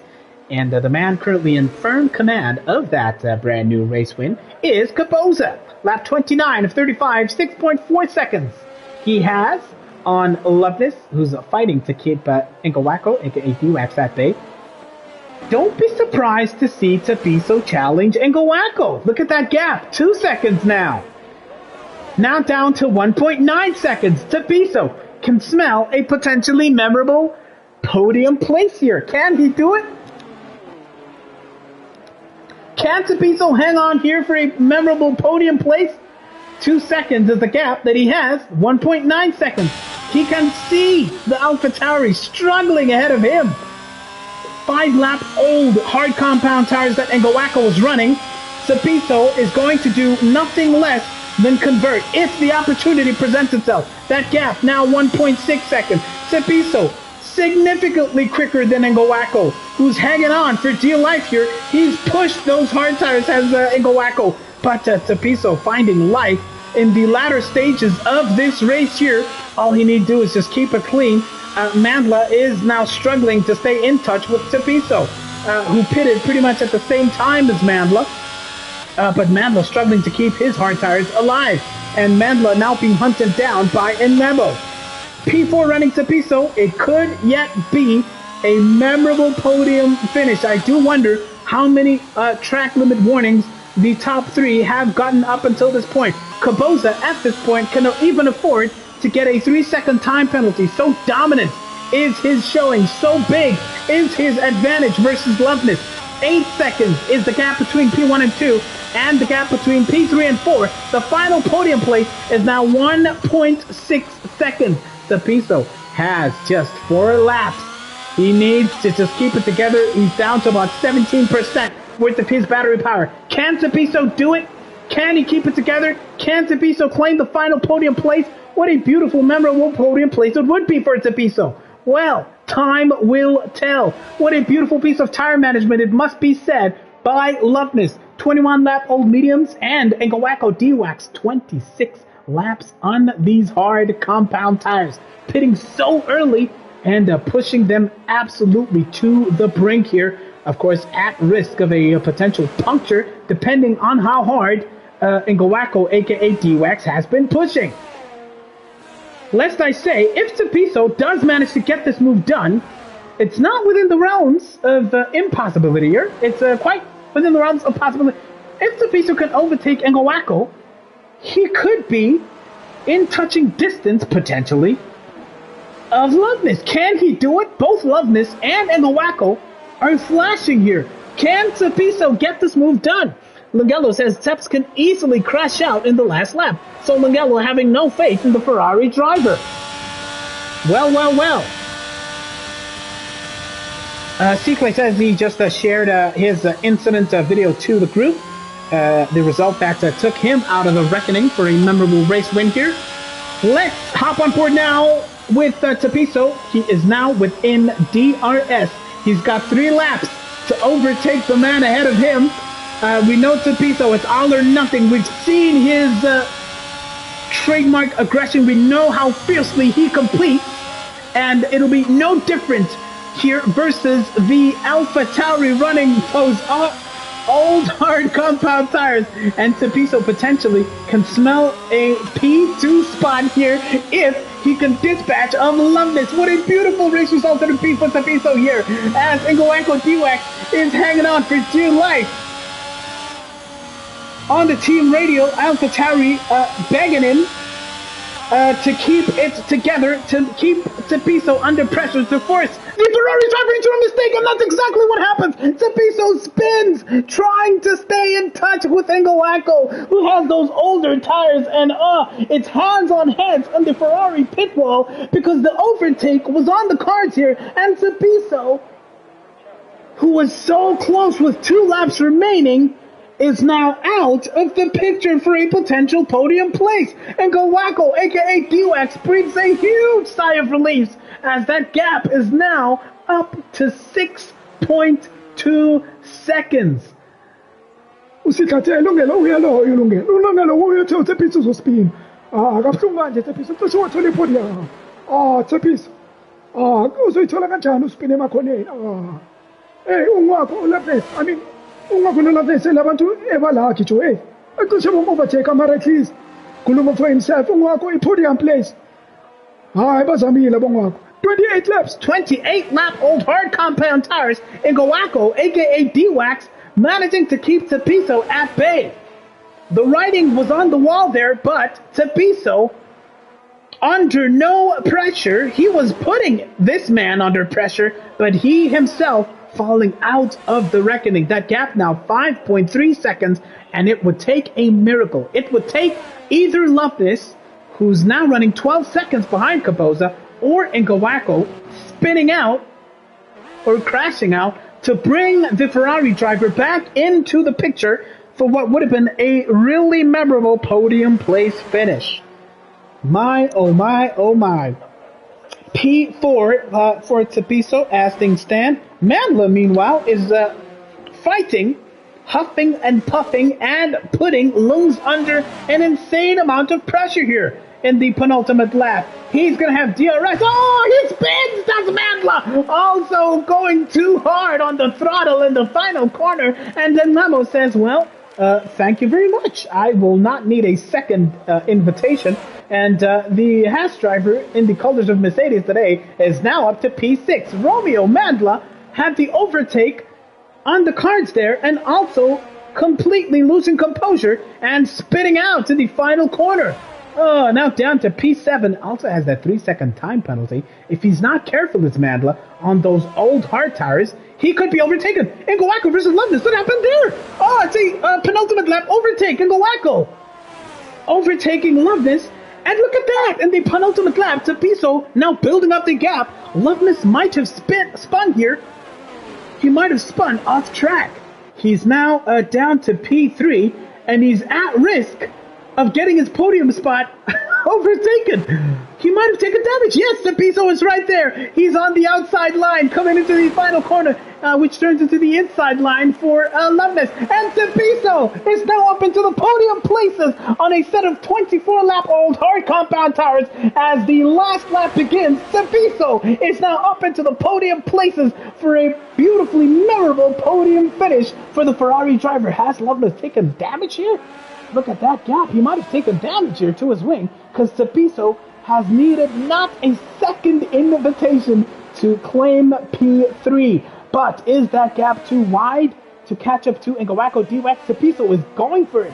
Tepiso is pushing. It's 3.7 seconds now as the race leader is, of course, none other than Kaboza, who has been imperious, sensational, absolutely impeccable has the Williams driver been. He's on the verge of claiming an absolutely sensational, memorable maiden race win in the top tier of Breakaway League racing. He fought his way up from the trenches of Tier 2. He established his place in the top tier. And this season he has been impeccable, and he will cross the line for a memorable first race win for Kaboza. It's a beautiful P1 finish for the Williams driver by a factor of 17.3 seconds. Ngawako, aka D-Wax, will manage those tires absolutely sensationally. 31 laps in the end, and it's P2 for Ngawako, and a memorable P3 for Ferrari, being cheered on the pit wall by everybody from the Scuderia outfit. Meanwhile, Tato, aka Loveness, tried his best, but taking damage presumably towards the end, will come home in P4. Lungs will come home in P5, and Nebo P6. Mandla will cross the line in P7, and Zotal, who did so well earlier on, will only come home in P8, and Ban Kobe will cross the line having already been lapped, and it's going to be P9 for the McLaren driver. A dominant win by Khabiti, says Nkasana. Is Capizzi your driver of the day? I did not ask you. Let me know. The game says Cepiso is the driver of the day. Do you agree? Let us know in the comment section. It's a beautiful set of drivers that we have here on the podium. Definitely Dukes says, what a beautiful race from Kaboza. Top drive there. Zotal P7 says Tindo with the comments. Let me know who your driver of the day is on a memorable day for the top tier of Breakaway Racing League. Kaboza celebrates a beautiful, memorable race win. There he is on the top step of the podium. I can imagine that heart is pounding. What a beautiful set of podium finishes we have here. And the first person to join us in the podium is the man who managed his hard tires for 31 laps, coming home in the P2 in Kawako, aka D-Wax, flying the flag for AlphaTauri. How does that feel? Take us through that race, sir. Taitas. That's all I can say. Finally, man. Finally on the podium. No, man. First few laps, I saw there was a safety car and I had to pit. I didn't know how long I can take these hards, but I just kept going. Because Cepiso kept catching me. Final 2 laps, him being him, he spun. Here I am. Here you are, man. It was so difficult. I can imagine towards the end, you could see in your delta that the drivers behind you were inching closer and closer. Just take us through how difficult it was, particularly your final 10 or so laps on those tires. I don't know if you guys saw, but Bangobi also crashed into my rear, so my underfloor was also damaged. So Jeff was saying I'm losing performance, but it was just difficult because I just kept seeing people spin. So trying to stay off throttle, with these tires that are basically nothing. But I could see people catching me, but I was also catching Loveness. Yeah. So that's what gave me motivation as well. And I think Loveness tires fell off fully, and that's when I took P2. Oh, man, and what a beautiful, beautiful race result for AlphaTauri in totality. And Gowaka, you've been really consistent, really, really sensational as we look and try to see if we can get to Piso in the commentary box here. The man who held his own and brought it home at the top step of the podium. It's a maiden race win for Kaboza. Congratulations, voted the driver of the day. How does that feel? That was a beautiful quali and a sensational race. Yeah, tight. Ish. Yeah, ne. It's a tough race. Not enough prep time, but yeah, just try to keep it steady. I knew that when I saw most of the gens starting on mediums, I was a bit scared a bit. But then most of them pitted in the second safety car, I think. So I thought to myself, no, at the end they'd be struggling for tires. All I have to do is just to make sure that I get my restarts on points and then try to pull a gap. So that's when I stop, I slot in a good position. So even when I pitted for the mediums, I saw that D-Wax and Loveness were already struggling on the tires, so it wasn't gonna be too much of a fight because the tires were really, really old. But yeah, I just had to make sure I kept it clean, no penalties, no spinning. Yeah. How does it feel, man? I mean, you've been on a journey, Kaboza. We've seen you in Tier 2 when you first came into the league, fighting it out and really, being among the standouts there. You were promoted to Tier 1. Your first season in the top tier was just about, consolidating, maintaining your position. And now a race winner in a race which was fiercely competitive. It's been a hell of a journey, and you've taken a step up this season. Just, your reflections on that journey and how it feels. Hey, coming into the season, I think I was like Claudio Ranieri when Leicester won the league. Just 40 points. So this season also, I just wanted to make sure I stay up in Tier 1 because the pace last season I struggled a lot. And I think I made it through. I survived the playoffs on the final race in France. Yeah. I just this season I just wanted to make sure that I'm safe. Yeah. And maybe for once I won't be making the picking to pick the drivers. So, I'm hoping to stay at the top on the top half of of the table. And yeah, no, we have to make hay where when the sun shines. The guys are gonna get their pace back for next season, so it's gonna be really tough. So yeah, Beautifully, we have to beautifully, make sure our beautifully contours take done. moments. Yeah. And of course, a man making a beautiful appearance on the podium. He held his own. He fought back relentlessly. Had a bit of an issue towards the end there, chasing one of the podium spots, but he fought back. He's on the podium for Ferrari. How does that feel to Beso?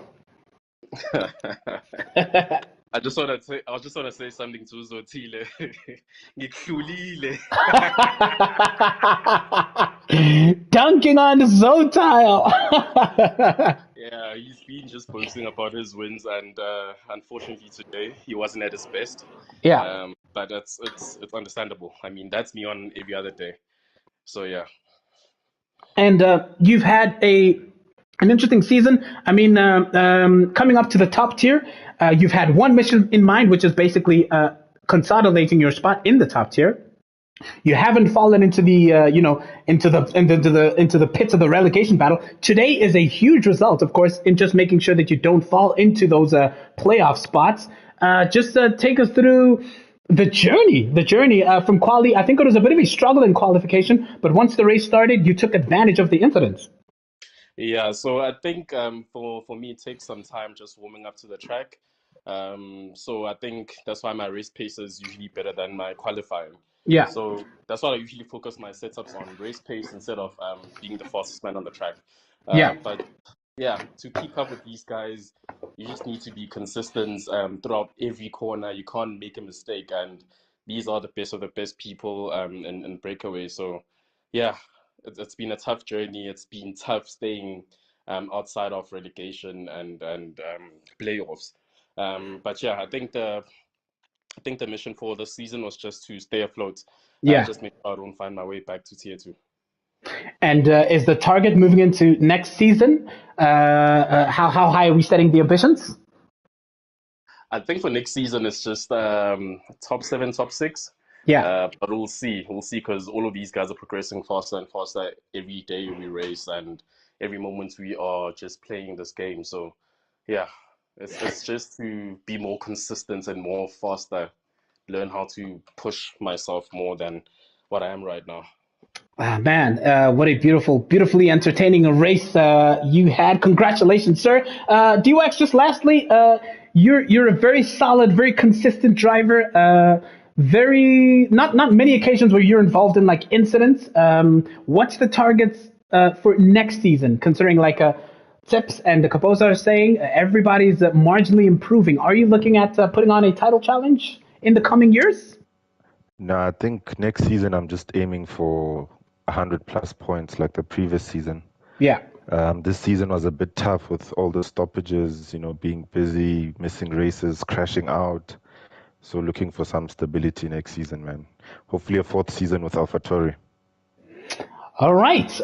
Beautiful stuff, man. A beautiful ambassador for AlphaTauri. Congratulations to Biso on the podium for Ferrari and Ngawako, a.k.a. D-Wax, taking that podium spot as well. And, of course, your race winner for the first time this season, and indeed the first time in the top tier, it's Caposa. Thank you, everybody, for joining this race. It's been beautifully entertaining. Catching up finally with your comments.